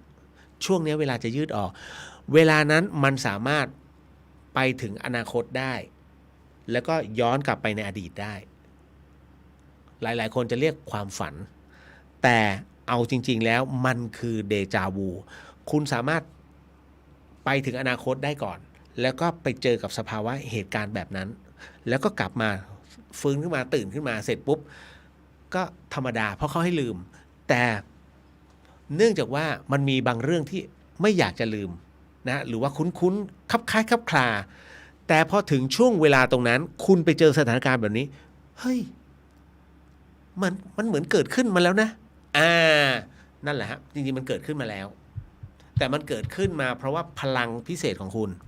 ที่มันพุ่งไปได้แต่คุณควบคุมไม่ได้ไงเพราะฉะนั้นคุณต้องเรียกว่าคือผมบอกแล้วว่าคนทุกคนมีพลังพิเศษในตัวเพียงแต่ว่าเราใช้แค่พลังกายแต่ไม่เคยใช้พลังใจมาใช้นะฮะเพราะฉะนั้นการนั่งสมาธิก็คือการควบคุมจิตนะเพียงแต่เราควบคุมมันไม่ได้ถ้าคุณรู้สึกว่ามีความรักนะฮะแต่มันหยุดรักไม่ได้คุณควบคุมจิตไม่ได้ถ้ารักสมมุตินะถ้ามีความรักเสร็จปุ๊บเฮ้ยโหรักมากแมวหยุดนี้หยุดปุ๊บคุณสั่งความรู้สึกได้นั่นแสดงว่าเมื่อสั่งแล้วถามว่ามีความทุกข์เกิดขึ้นไหมมีแต่รู้จักขจัดความทุกข์นั้นออกไปทันทีปึ้งมันจึงกลายเป็นความว่างทันทีฮะณตรงนี้เขาเรียกคุณเริ่มควบคุมมันได้และคราวนี้ลองมาหัดนั่งสมาธิแล้วก็ฝึกในการควบคุมตัวจิตสภาวะหนึ่งที่คุณจะเจอเนี่ยฮะไอ้เรื่องราวอย่างเหล่านี้นะฮะมันจึงทำให้หลายๆคนนะสามารถรับรู้เรื่องราวความเป็นผู้วิเศษได้แต่ไม่ให้ติดมันนะแค่รู้แล้วผ่านไม่ใช่รู้แล้วติดเดี๋ยวซวยนะฮะแค่นั้นแหละให้รับรู้ว่ามันจะเจอแบบนี้นะฮะนี่คือเดจาวูส่วนลางสังหรณ์เฮ้ยมันมีลางสังหรณ์แปลกๆบางคนนะฮะหนังตากระตุกนะฮะเดี๋ยวจะอธิบายเรื่องหนังตากระตุกให้อีกรอบผมอธิบายหลายรอบแล้วเรื่องหนังตากระตุกบางคนเฮ้ยขนลุกเฮ้ยหนังหัวลุกบางคนนะฮะอยู่ๆก็เนี่ยมันมีความรู้สึกว่ามันมีบางอย่างที่บอกไม่ถูกว่าถ้าออกไปเนี่ยมันจะเกิดเหตุนะหรือจิ้งจกทักกำลังจะก้าวขากำลังจะอาบน้ำอะไรของมึง อะไรประมาณนี้นะฮะเพราะฉะนั้นเนี่ยอันเนี้ยมันคือความเชื่อแต่ว่าลางสังหรณ์ถามว่าเราควรจะเชื่อก็ดีคุณจำได้ไหมเรื่องของพันท้ายนรสิงห์นะนวลเจ้าพี่เอ๋ย ช่วงเวลาสุดท้ายนะฮะนวลนะพันท้ายนรสิงห์เนี่ยจะต้องจากนวลไปเพื่อคัดท้ายเรือให้กับพระเจ้าเสือจำได้ไหมฮะตรงนี้แต่ปรากฏว่านะฮะนวลผู้เป็นภรรยาของพันท้ายนรสิงห์นะฮะกลับเห็นตอนที่พันท้ายนรสิงห์นั้นลงเรือแจวเพื่อที่จะต้องไปสู่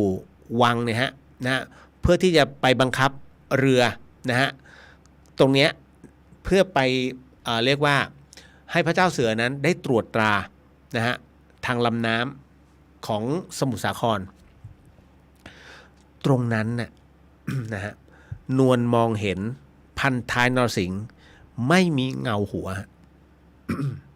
จำได้ไหมนั่นน่ะพอเห็นพันท้ายนรสิงห์ไม่มีเงาหัว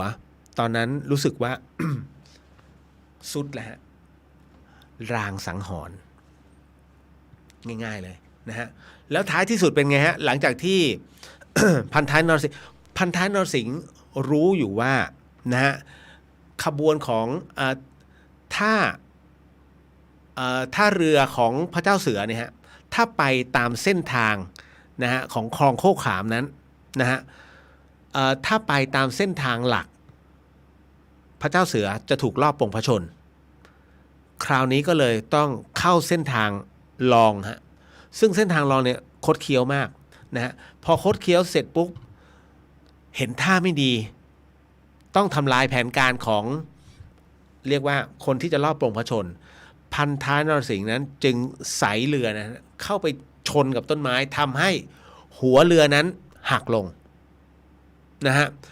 ด้วยความตรงนี้พระเจ้าเสือรับรู้อย่างหนึ่งว่าอ๋อคลองเนี่ยมันคดเคี้ยวอันที่หนึ่งนะฮะอันที่หนึ่งด้วยกระแสน้ำที่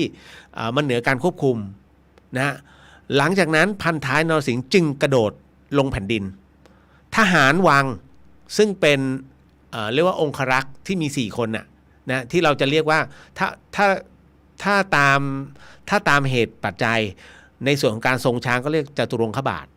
ถูกไหมฮะจาตุระก็คือ4จาตุรงคบาทเพราะนั้นทั้ง4คนเข้าไปควบคุมตัวพันท้ายนรสิงห์ทันทีพระเจ้าเสือนั้นรู้อยู่แล้วว่าชนแน่ๆนะฮะแต่พระองค์ก็ไม่ได้ว่าทั้งพระองค์ก็เสด็จนะพระดำเนินลงมาสู่พื้นดินเช่นกันแล้วความนี้มีผู้มาเท็จทูลมีผู้มาทูลพระเจ้าเสือบอกว่ามีผู้ซุ่มอยู่ด้านหน้าเพื่อที่จะรอลอบปลงพระชนพระองค์พระเจ้าค่ะพระเจ้าเสือรู้ทันทีไอ้สิงห์มึงรู้ใช่ไหมว่าข้างหน้าเนี่ยมันมีคนจะลอบฆ่ากูพันท้ายนรสิงห์ก็บอกรู้พระเจ้าค่ะมึงก็ช่วยชีวิตกูเอาไว้นะเพราะฉะนั้นโทษจึงไม่มีแต่พันท้ายนรสิงห์เป็นผู้ที่มีความซื่อสัตย์กับกฎมนเทียนบานกฎมนเทียนบานนั้นมีอยู่ว่าในท้ายคัดเรือนะผู้ใดที่คัดเรือแล้วทำให้หัวเรือนั้นหักลงมีโทษสถานเดียวคือประหารชีวิตฮะดังนั้นเมื่อเหตุการณ์เป็นเช่นนี้นะฮะพระเจ้าเสือนั้นเว้นโทษตายแต่พันท้ายไม่เว้นตัวเองพันท้ายจึงบอกว่าไม่สามารถพระองค์เป็นถึงพระองค์เป็นพระเจ้าแผ่นดินพระองค์จะมาเว้นโทษตายตามธรรมเนียมของราชประเพณีไม่ได้ก้าวกระหม่อมยอมพระองค์ไม่ได้ดังนั้นพระเจ้าเสือเนี่ยก็เลยบอกว่าอ่ะไอ้สิงห์มึงกับกูก็เหมือนกับว่าเป็นผู้ที่ประลองกันมาประลองฝีมือกันเหมือนกับเป็นสหายกันนะฮะในหมวดวังถ้าสมมุติว่าไม่ออกตรวจตาราชการนะพันท้ายนรสิงห์เนี่ยนะฮะกับพระเจ้าเสือเนี่ยคล้ายๆพี่น้องกันประดาประมวยกันนะสนุกสนานภายในวังนะในที่ลับๆซึ่งมีคนรู้ไม่กี่คนพอถึงตรงนั้นเสร็จปุ๊บปรากฏว่าพระเจ้าเสือรู้อยู่แล้วว่านิสัยของพันท้ายนรสิงห์นั้นเป็นผู้ที่มีความซื่อสัตย์และจงรักภักดีพระเจ้าเสือบอกถ้ามึงอยากให้กูประหารกูก็จะประหารจึงให้ทหารเนี่ยไปจัดการปั้นดินเหนียวขึ้นมาเท่ากับตัวพันท้ายนะฮะแล้วจัดการนะฮะทำการประหารโดยใช้หุ่นดินเหนียวแทนนะฮะก็ฟันหัวฉับขาดพันท้ายนรสิงห์ไม่ยอมฮะพันท้ายนรสิงห์บอกเลยว่าพระองค์ถ้าพระองค์ทำเช่นนี้มันจะเป็นที่คอรหาของประสบนิกรได้ดังนั้นกระหม่อมขอให้พระองค์นั้นประหารกระหม่อมนะเพื่อไม่ให้เอาแบบอย่างและให้รับรู้ว่าแม้กระทั่งตัวของกระหม่อมเองซึ่งเป็นที่พระองค์รักเป็นผู้ที่พระองค์รักพระองค์ยังกล้าที่จะสั่งประหารได้ดังนั้นท่านพระองค์จะมีพระราชอำนาจนะฮะทำให้คนอื่นเกรงกลัวต่อไปได้พระเจ้าเสือไม่ยอมนะถึงขนาดกันแสงเลยทีเดียวกันแสงคือการร้องไห้พระเจ้าเสือร้องไห้ทำไมมึงต้องทำอย่างนี้สิงห์พันท้ายนรสิงห์ก็ยังคงยืนยันเช่นเดิมฮะเพื่อพระราชอำนาจสมัยก่อนปกครองด้วยระบบสมบูรณาญาสิทธิราชย์คำสั่งกษัตริย์จึงเด็ดขาดนะฮะในเมื่อเป็นเช่นนั้นพระเจ้าเสือเนี่ยเสียใจมากจำเป็นฮะต้องทำตามคำขอเพราะพันท้ายนรสิงห์บอกว่า ถ้าพระองค์เห็นเก้ากระหม่อมเป็นเสมือนเพื่อนเป็นเสมือนน้องกระหม่อมขอให้พระองค์นั้นพระราชทานความตายให้กับกระหม่อมเพื่อไม่ให้ใครเอาเป็นเยี่ยงอย่างท้ายที่สุดพระเจ้าเสือจึงต้องสั่งประหารในช่วงเวลาของการประหารชีวิตนะฮะก็ประหารโดยจตุรงคบาทนั่นแหละนะฮะ ณตรงนั้นนั่นเองนะก่อนที่จะลงดาบพระเจ้าเสือนั้นร้องไห้นะฮะเอามือเนี่ยลูบหัวในขณะที่เพชฌฆาตลำดาบอยู่เอามือลูบหัวของพันท้ายนรสิงห์อยู่นะแล้วหลังจากนั้นพระองค์ก็พอรู้ไงรู้จังหวะว่าเป็นช่วงเวลาไหนที่จะต้องตัดคอพระองค์ก็ลูบหัวนะฮะแล้วก็ขอบใจนะขอบใจมึงมากที่ให้ ที่เอาตัวเองนั้นเสียสละเพื่อกฎหมายบ้านเมืองพอลูบหัวเสร็จปุ๊บพระเจ้าเสือหันหลังแล้วก็เดินไปด้วยกันแสงแบบร้องโฮเลยฮะพอถึงเวลาปุ๊บตัดชับรู้ทันทีฮะนั่นคือ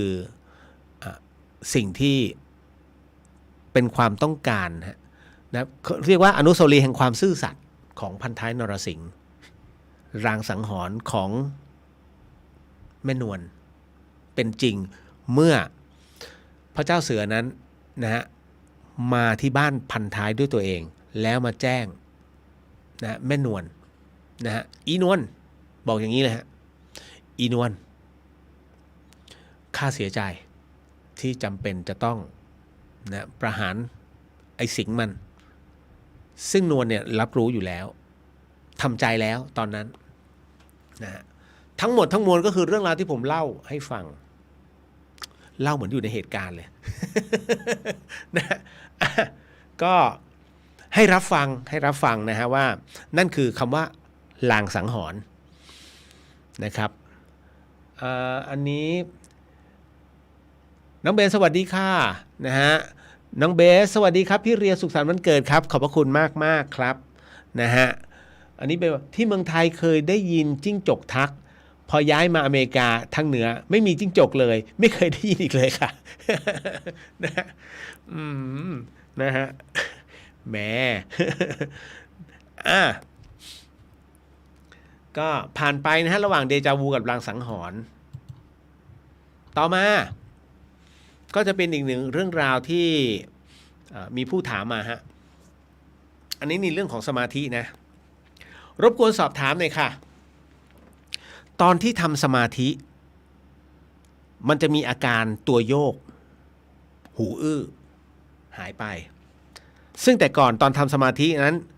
จะเป็นนะพอเข้าสมาธิปุ๊บก็จะมีอาการแบบนี้นะฮะคือจริงๆต้องบอกว่าไอ้ประเภทที่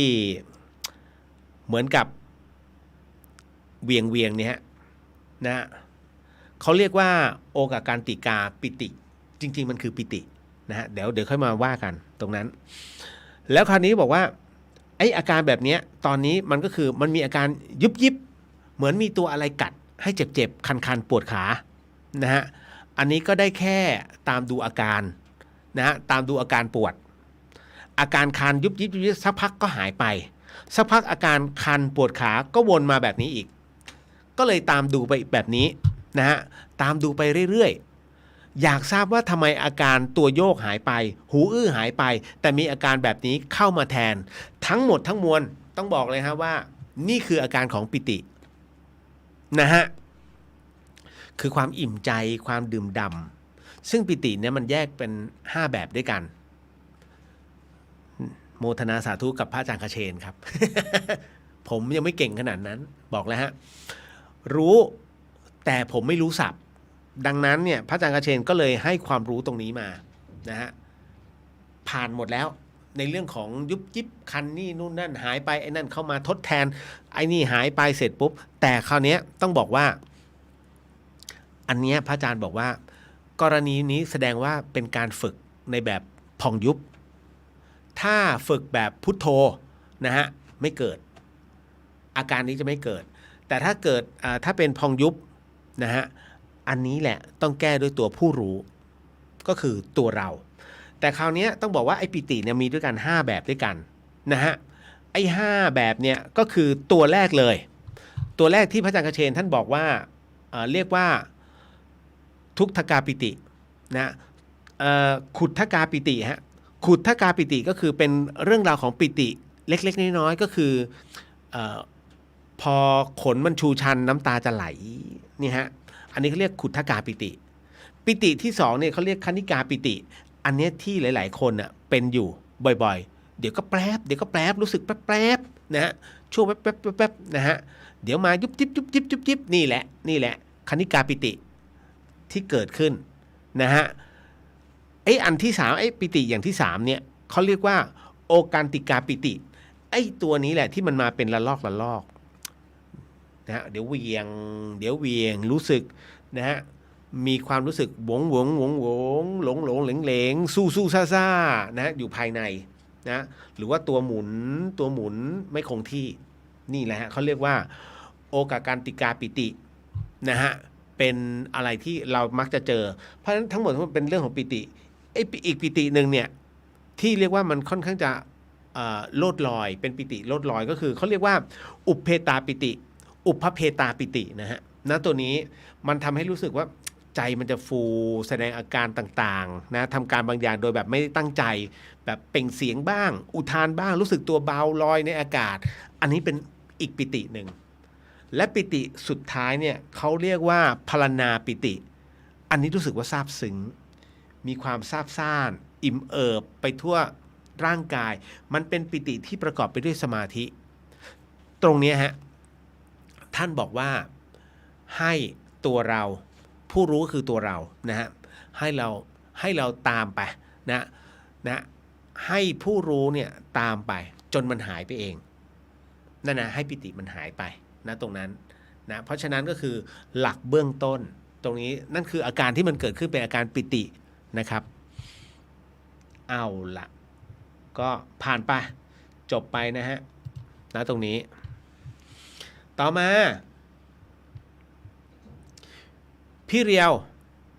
วว่าคุณหมอคุณพยาบาลเนี่ยเขาเชื่อเรื่องผีวิญญาณไหม แล้วเขาก็จะเจอกันบ้างไหมคะคือหนูไปโรงพยาบาลทีไรตอนรับยาเนี่ยก็อดนั่งคิดไม่ได้สักทีนะฮะอันนี้ผมคุยกับน้องคนหนึ่งนะฮะเป็นน้องก็เป็นอดีตพยาบาลนะครับ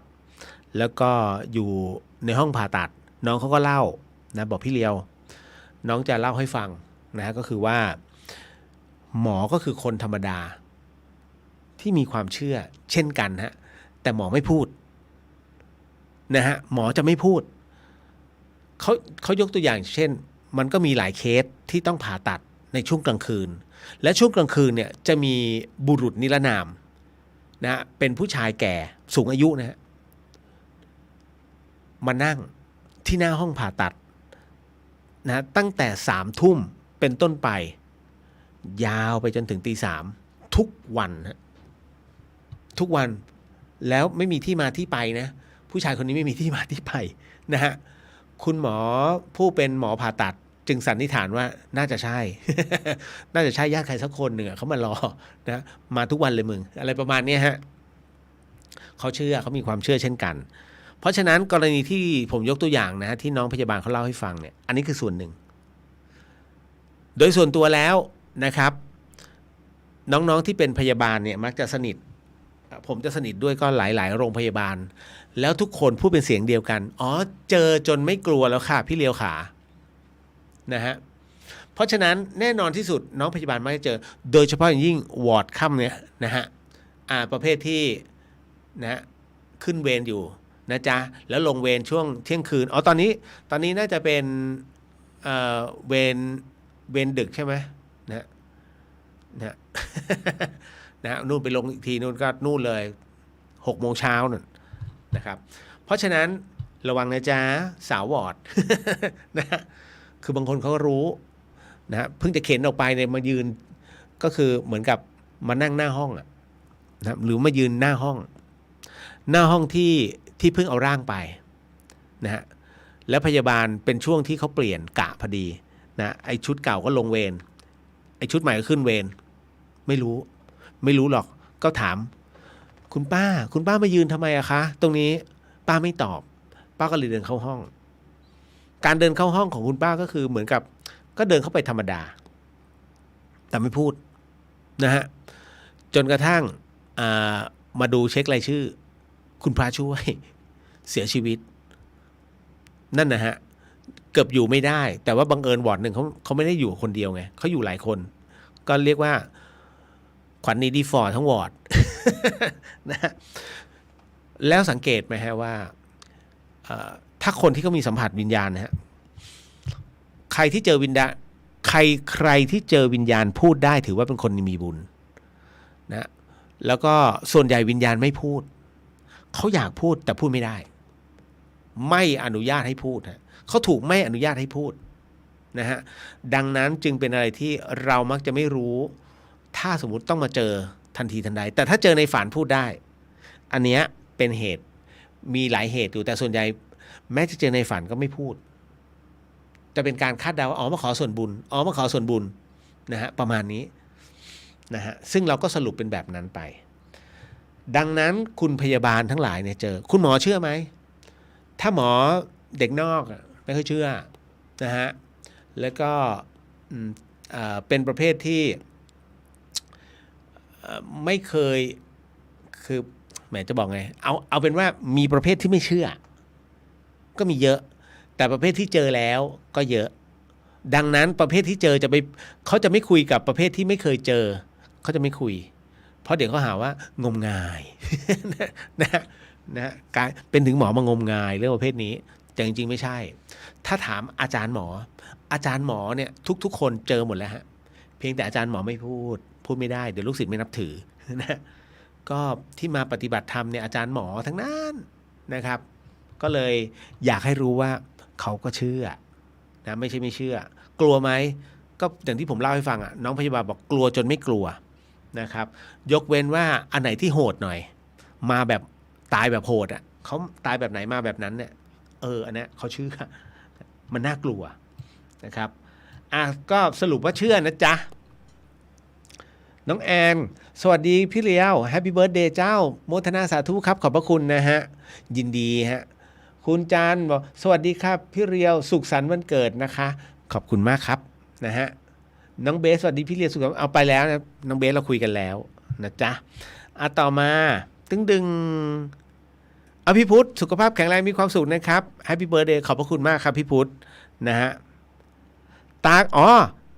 ขออภัยผมลืมอันนึงกุ๊บกิ๊บขอบคุณมากเลยกุ๊บกิ๊บตากระตุกเกี่ยวไหมคะว่าขวาร้ายซ้ายดีมันเป็นคำพ้องนะฮะผมค้างเรื่องนี้เอาไว้กุ๊บกิ๊บมาบอกพอดีขอบคุณมากครับกุ๊บกิ๊บ เรื่องตากระตุกนะฮะผมตอนนั้นทำสารคดีเรื่องพืชผักปลอดสารพิษแล้วมันมีช่วงหนึ่งที่จะต้องไปสัมภาษณ์ว่าพิษจากยาฆ่าแมลงนะฮะพิษจากยาฆ่าแมลงเนี่ยนะฮะโดยเฉพาะคุณรู้ไหมอันนี้เมื่อประมาณสัก7-8 ปีที่แล้วนะสิ่งที่รับรู้ก็คือว่าในเทศกาลกินเจหรือว่าผู้ที่กินมังเนี่ยส่วนใหญ่แล้วจะเป็นผู้ที่มีสารเคมีในร่างกายสูงมากนะฮะเหตุนั้นเกิดจากยาฆ่าแมลงที่เกิดขึ้นในผักแล้วล้างไม่สะอาดที่ทำความสะอาดก็มีนะฮะแต่แนะนำให้ใช้ผงฟูนะฮะผงฟูในการล้างผักนะครับขจัดได้ 99.99 เพราะผมทำการทดลองแล้วก็มันจะมีตัววัดนะฮะก็จะเขียนเอาไว้แล้วก็อยู่ในสารคดีทั้งหมดเลยเราถึงได้กล้าพูดแล้วคราวนี้มันมีอันนึงฮะผมก็ไปสัมภาษณ์อาจารย์คณะเกษตรของมหาวิทยาลัยเชียงใหม่นะฮะอาจารย์ท่านหนึ่งก็ให้ความรู้ว่าคุณรู้ไหมนะฮะว่าไอ้เรื่องของที่มันมีความเชื่อกันว่าหนังตากระตุกเนี่ยนะฮะขวาร้ายซ้ายดีอย่างเงี้ย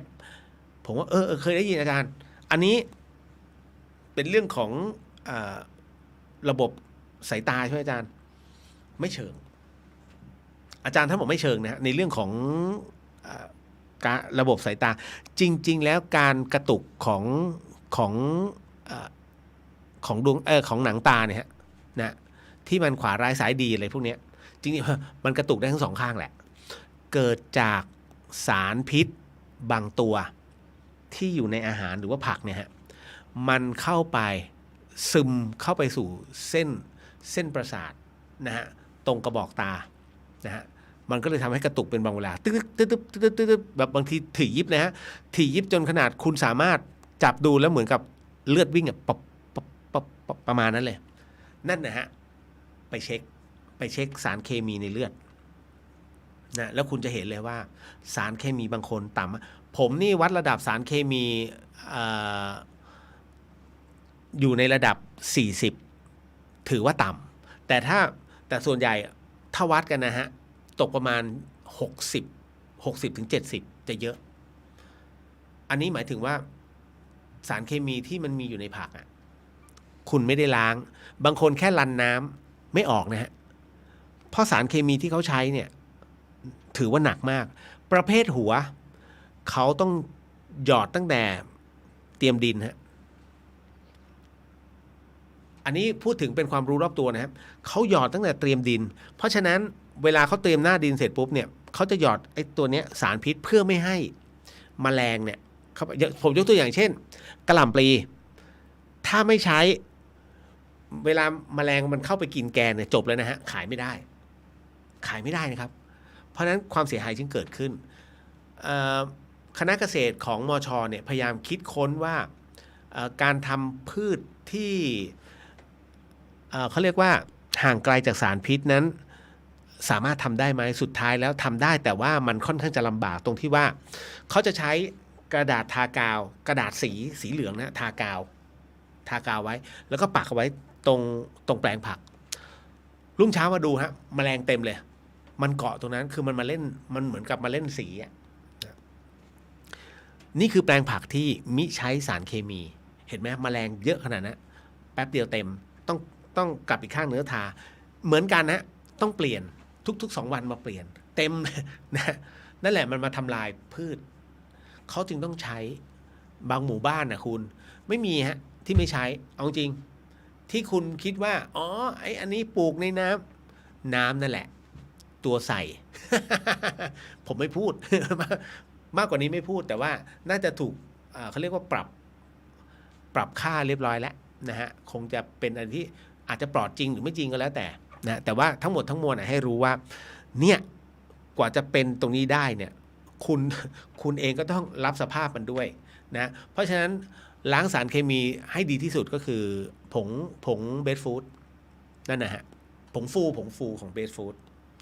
โฆษณาให้เพราะมัน1ราคาไม่สูง2มันปลอดภัยจริงๆคุณไปรันน้ำเปล่าๆไม่ออกล้างน้ำส้มสายชูออกแค่ 70%ถ้าจำไม่ผิดนะน้ำส้มสายชู 70% แช่เกลือนี่ออกนิดหน่อยไม่เท่าไหร่แต่ถ้าเจออีผงฟูเข้าไปนี่ 99.99 ผมผมถึงซื้อเต็มเลยห่อใหญ่เพื่อล้างคะน้าโดยเฉพาะนะครับหมดเกตนะจ๊ะกุ๊บกิ๊บขอบพระคุณมากที่ถามไว้นะฮะต่อไปนะฮะอันนี้คุณบูนสุขสันต์วันเกิดครับพี่แข็งแรงนะครับขอบพระคุณมากครับนะฮะคุณนพสวัสดีค่ะคุณเรียสุขสันต์วันเกิดค่ะขอบพระคุณนะครับนะฮะครบถ้วนทุกกระบวนความต่อมาพี่ครับการที่เราสาปแช่งคนชั่วกับคนที่มันทำกรรมกับเราหรือตัดพ้อกฎแห่งกรรมนั้นเนี่ยกรรมมันจะส่งผลกับมันเร็วขึ้นไหมครับคุ้นมากนะฮะวันนี้อีกครั้งนะฮะการสาปแช่งคนชั่วกับคนที่มันทำกรรมกับเราไว้นั่นหมายถึงว่ากระทำกับเรานะฮะจนเกิดความแค้นนะฮะเราก็สาปแช่งมันไปด้วยเพื่อให้ผลกรรมส่งผลเร็วขึ้นนะฮะหรือไปตัดพ้อกฎแห่งกรรมว่าโอ้โหทำไมจนป่านนี้นะฮะกรรมมันยังไม่ตามถึงมันเลยนะฮะถ้าไปตัดพ้อเงี้ยกรรมมันจะส่งผลเร็วไหม ก็น่าจะเร็วนะฮะแต่ฟังให้ดีนะครับน้องผู้ถามกรรมจะส่งผลเร็วแต่กรรมนั้นจะมีผลกับเราด้วยงงไหมคืออย่างนี้กฎแห่งกรรมยุติธรรมเสมอถูกไหมฮะเพราะฉะนั้นทำสิ่งใดไว้สิ่งนั้นย่อมกลับมาสู่คนคนนั้นเองแต่ตัวกรรมต้องมีระยะเวลาของมันในการเซตตัวก่อนนะจะให้อยู่ๆปุ๊บทันทีทันใดไม่ได้กรรมจะมีด้วยกัน3แบบแรกคือนะฮะตอบแทนทันทีทันใดเตะหมากัดนี่เขาเรียกกรรม2กรรมที่กระทำแล้วก่อให้เกิดการสนองแต่ต้องเป็นไปตามระยะเวลา3กรรมที่ก่อให้เกิดขึ้นแต่กรรมนั้นจะกลายเป็นโอโหสิเมื่อบารมีของคนคนนั้นมากขึ้นมากกว่าเราเยอะที่ยกตัวอย่างไงฮะสมมุติว่าบุคคลคนหนึ่งนะฮะวันนี้เป็นเพื่อนเราจำได้ไหมฮะที่อาจารย์ภัสกรมักจะเทศเสมอนะฮะว่าสมัยก่อนตอนเป็นเด็กเนี่ยพักไอ้คนเนี้ยลงไปนะฮะฟันแตกหลอบินนะฮะขึ้นมาอาฆาตเดี๋ยว10 ปีล้างแค้นนะฮะยังไม่สายจากนั้นผ่านไปนะฮะไอคนที่ผลักเติบโตไปเป็นนายกรัฐมนตรีไอคนที่ถูกผลักไปเป็นนักข่าววันหนึ่งมาเจอกันนะฮะแล้วก็มาบอกว่าอ้าวเป็นไงสบายดีเปล่าจำกันได้ไหมฉันยังไงล่ะที่เคยผลักเธอนะฮะจะแก้แค้นอยู่ไหมอ๋อไม่แล้วค่ะแหมใครจะไปทำท่านนายกได้คะถูกไหมกรรมตัวนี้มันมีตัวบารมีเข้ามาเสริมจึงเกิดการให้อภัยซึ่งกันและกันแล้วถูกไหมฮะแต่พอขณะเดียวกันลองเป็นสำนักข่าวด้วยกันดิที่เป็นศัตรูซัดกันนัว ตุ้ม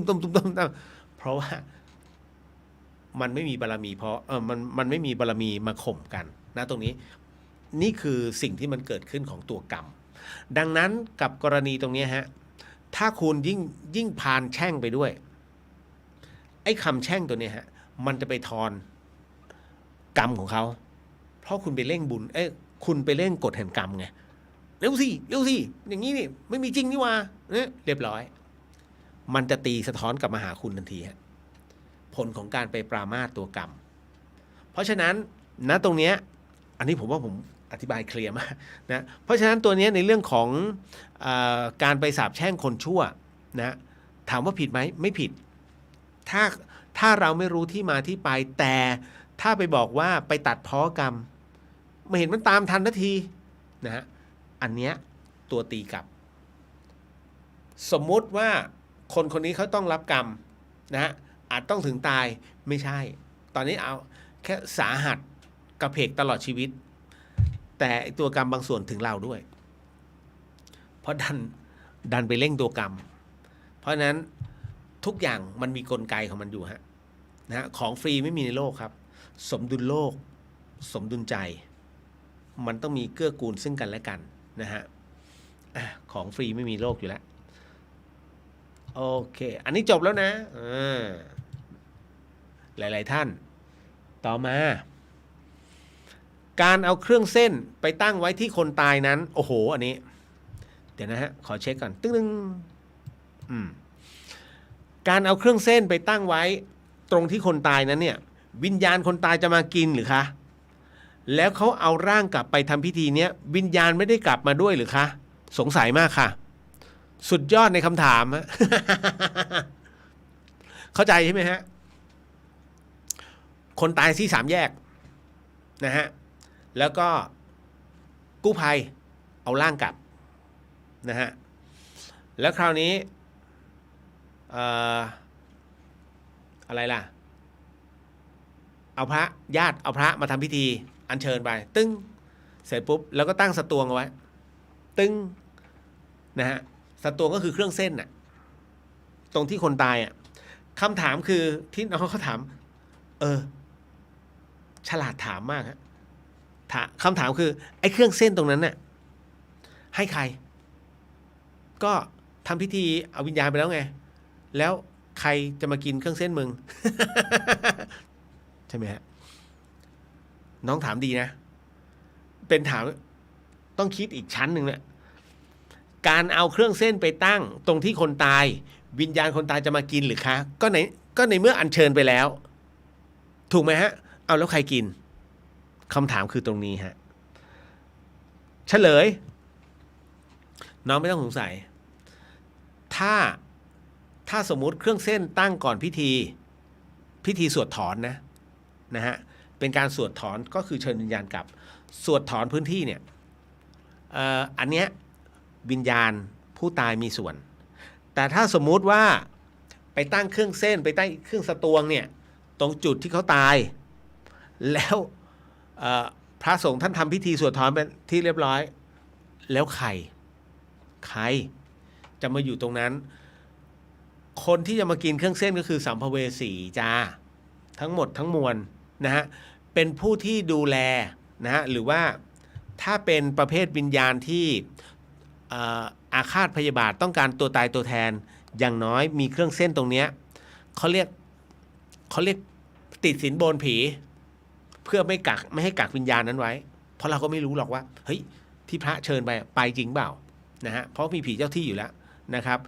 ดังนั้นเหล่าวิทยาธรก็คือเหล่าเทวดาที่อยู่ในเขตนั้นนะท่านจะดูแลกันวิทยาธรอยู่ที่ไหนต้นไม้คุณสังเกตต้นไม้จุดไหนที่ใหญ่ๆตรงนั้นจะมีวิทยาธรสิงอยู่เขาเรียกเจ้าของพื้นที่นั่นแหละนะฮะเพราะฉะนั้นเครื่องเส้นหรือสตวงนั้นนะฮะเขาให้เจ้าที่นะครับคนก็มักจะเข้าใจว่าอ๋อต้องเป็นวิญญาณไม่นะฮะวิญญาณเอาไปแล้วนะฮะหน้าศพก็มีสำรับหนึ่งแล้วตอนทำพิธีถูกไหมโผล่ไปโผล่มาอิ่มได้ชักคอเลสเตอรอลก็สูงครับอาตมา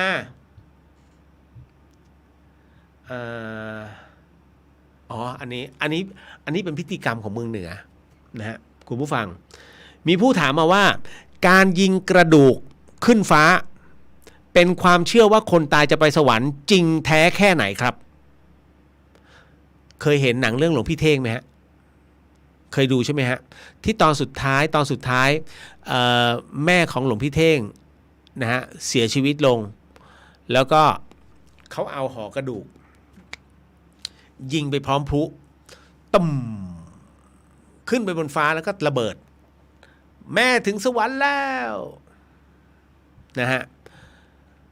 จะบอกว่าเป็นความจริงนะฮะเป็นความจริงที่เขามีการกระทำเช่นนั้นจริงๆนะฮะผมยังไม่ได้บอกว่าไปสวรรค์จริงๆนะฮะมันเป็นความจริงที่มีการกระทำแบบนั้นจริงๆแล้วเมืองเหนือก็ทำนะฮะเมื่อไหร่ก็ตามที่มีการเผาศพวันนี้เดี๋ยวพรุ่งนี้เขาจะมีผู้จุดพลุแล้วเขาจะเอาเท่ากระดูกเนี่ยขึ้นไปพร้อมพลุมันเป็นเรื่องจริงครับเพราะเขามีความเชื่อว่า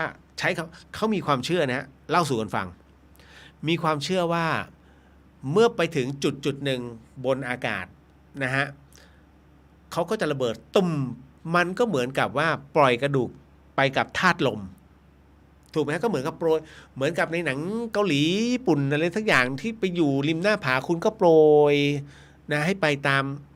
ล่องลอยไปในอากาศเหมือนกันอารมณ์เดียวกันเป็นความเชื่อเหมือนกันแต่คนไทยชอบรุนแรงคือกูยิงพลุไปแล้วก็ระเบิดตุ่ม คำตอบก็คือคำถามที่น้องถามว่าแล้วเขาจะไปสวรรค์จริงหรือไม่จริงใช่ไหมครับคำตอบคือต้องดูก่อนว่าผู้ตายนั้นเนี่ยท่านเป็นคนตอนที่ยังมีชีวิตอยู่นั้นท่านทำบุญทำกรรมมากน้อยแค่ไหนนะฮะการที่จะยิงพลุแล้วก็ทำให้ศพไปถึงสวงสวรรค์นั้นมันง่ายไปพูดกันตามตรงนะฮะง่ายไปป่ะฮะฆ่าคนมาทั้งชีวิตวันนี้กูขึ้นสวรรค์จุดตุ่มขึ้นสวรรค์ไม่ใช่มันขึ้นอยู่กับตัวบุญตัวกรรมของแต่ละคนนะฮะดังนั้นเนี่ยต้องดูตัวกรรมเป็นหลักนะครับว่าคนนี้เขาทำกรรมอะไรไว้บ้างนะบางคนไม่เคยเลยไม่เคยรับรู้ไม่เคยสำนึกในเรื่องของบุญกรรมนะฮะ แล้วก็ตายลงเมาตลอดเมาทั้งวันทั้งคืนพอตายลงปุ๊บโอ้ยขอให้ลุงไปสวรรค์นะลุงไม่เคยทำกรรมกับใครเลยทำดื่มน้ำเมาไงทำกรรมกับตัวเองนะไม่ดื่มก็ไม่ตายนะครับเพราะฉะนั้นก็คืออันเนี้ยทั้งหมดทั้งมวลเนี่ยต้องพิจารณาตามเหตุปัจจัยนะครับนี่แหละพอพูดถึงเรื่องของเหล้าเนี่ยนะผมจะเล่าให้คุณผู้ฟังได้ฟังเรื่องของพระรูปหนึ่งบนวัดไฟหินมิได้กล่าวปรามาสกราบนะขออโหสิกับท่านก่อนนะจะบอกให้ฟังที่บ้านฝายหินเนี่ยนะฮะมีนักเลงผู้หนึ่งเช้ากินเหล้าเย็นกินเหล้ากลางคืนกินเหล้าต่างน้ำฮะกินเหล้าแบบสปะเรียกว่าเมาหยำเปะใครเจอก็อย่างนี้เลยนะฮะจนกระทั่งวันหนึ่งหลวงพี่ภัสกรเนี่ยท่านก็อยู่ที่ธรรมสถานนะครับและเป็นช่วงที่วัดไฟหินจัดบวชภิกษุภาคฤดูร้อนนะเฉพาะภิกษุนะฮะไม่เอาสามเณรเลยเพราะว่าสามเณรก่อเรื่อง นะก็เลยเอาเฉพาะพระภิกษุตอนนั้นจำได้ว่า22รูปที่สมัครนะ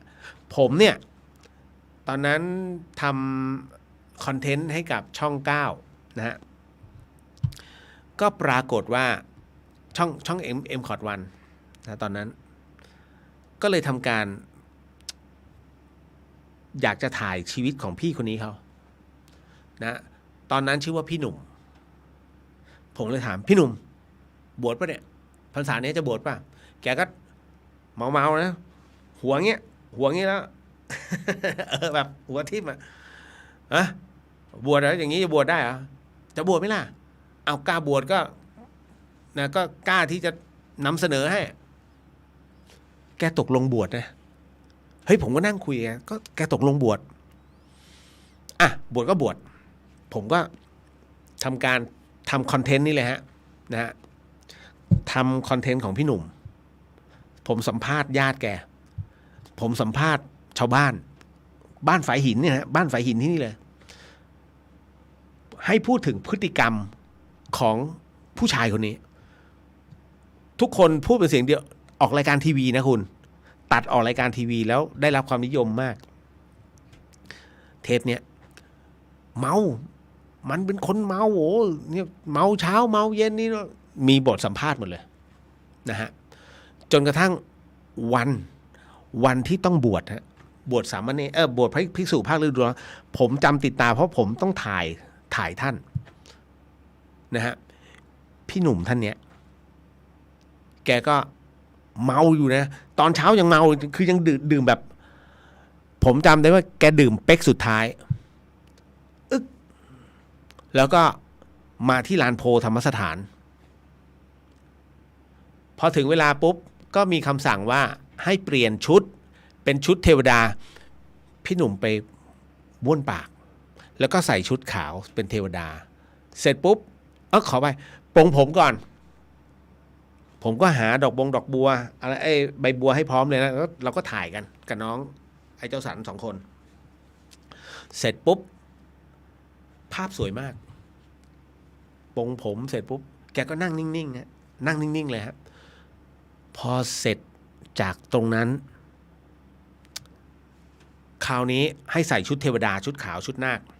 แล้วก็ขึ้นอุโบสถข้างบนทุกคนพูดเป็นเสียงเดียวกันว่าไม่รอดนาคหนุ่มคนนี้ไม่น่ารอดนะฮะพอถึงวันนั้นเนี่ยซึ่งผมเองเนี่ยก็รู้สึกวันแกพอสมควรดังนั้นในตอนที่บวชเนี่ยนะฮะผมก็ได้เรียนกับพระอาจารย์หลายๆรูปนะฮะก็คุยกับพระอาจารย์วิศวัตไว้นะว่าพระอาจารย์เดี๋ยว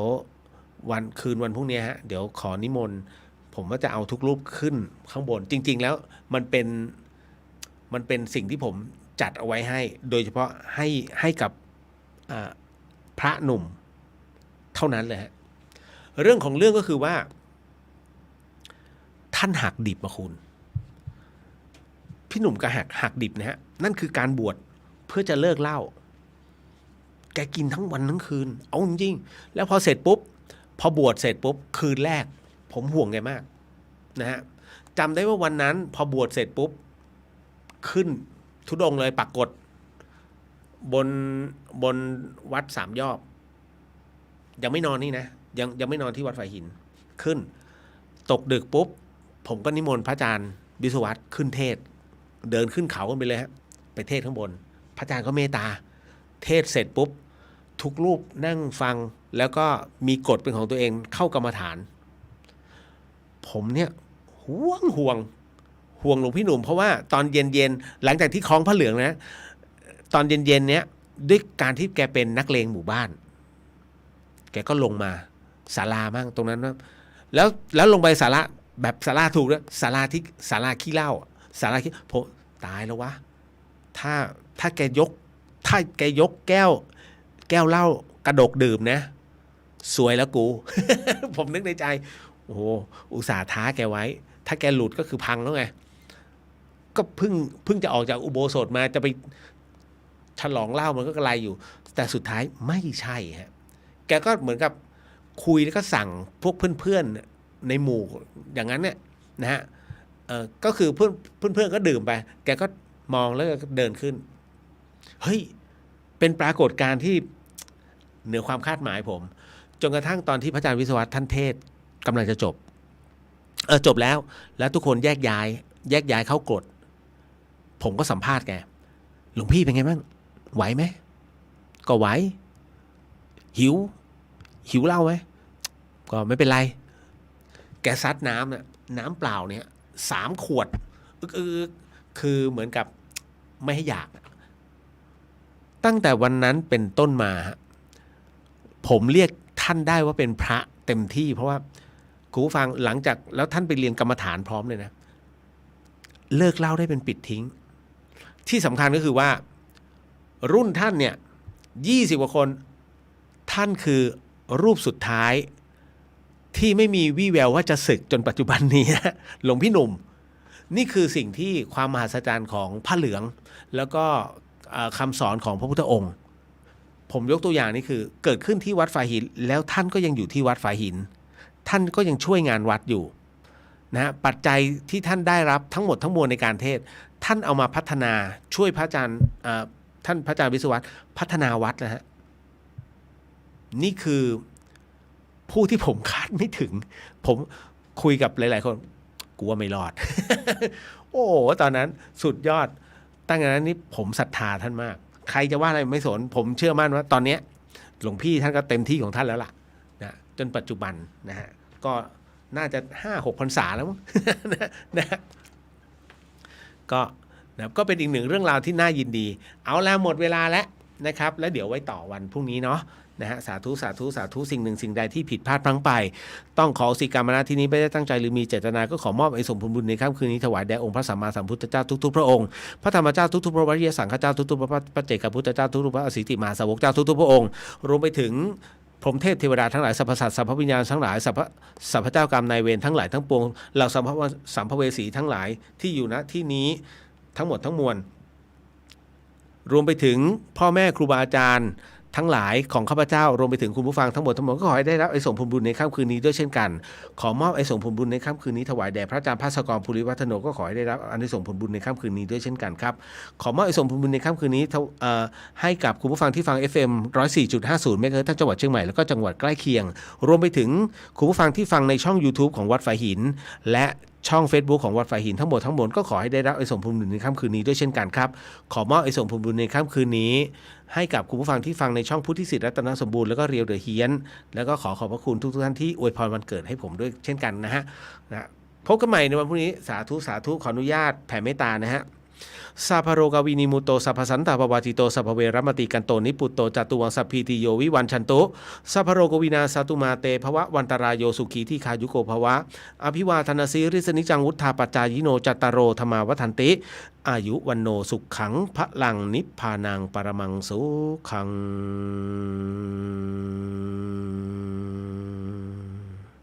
สาธุครับแล้วเจอกันเนาะบ๊ายบาย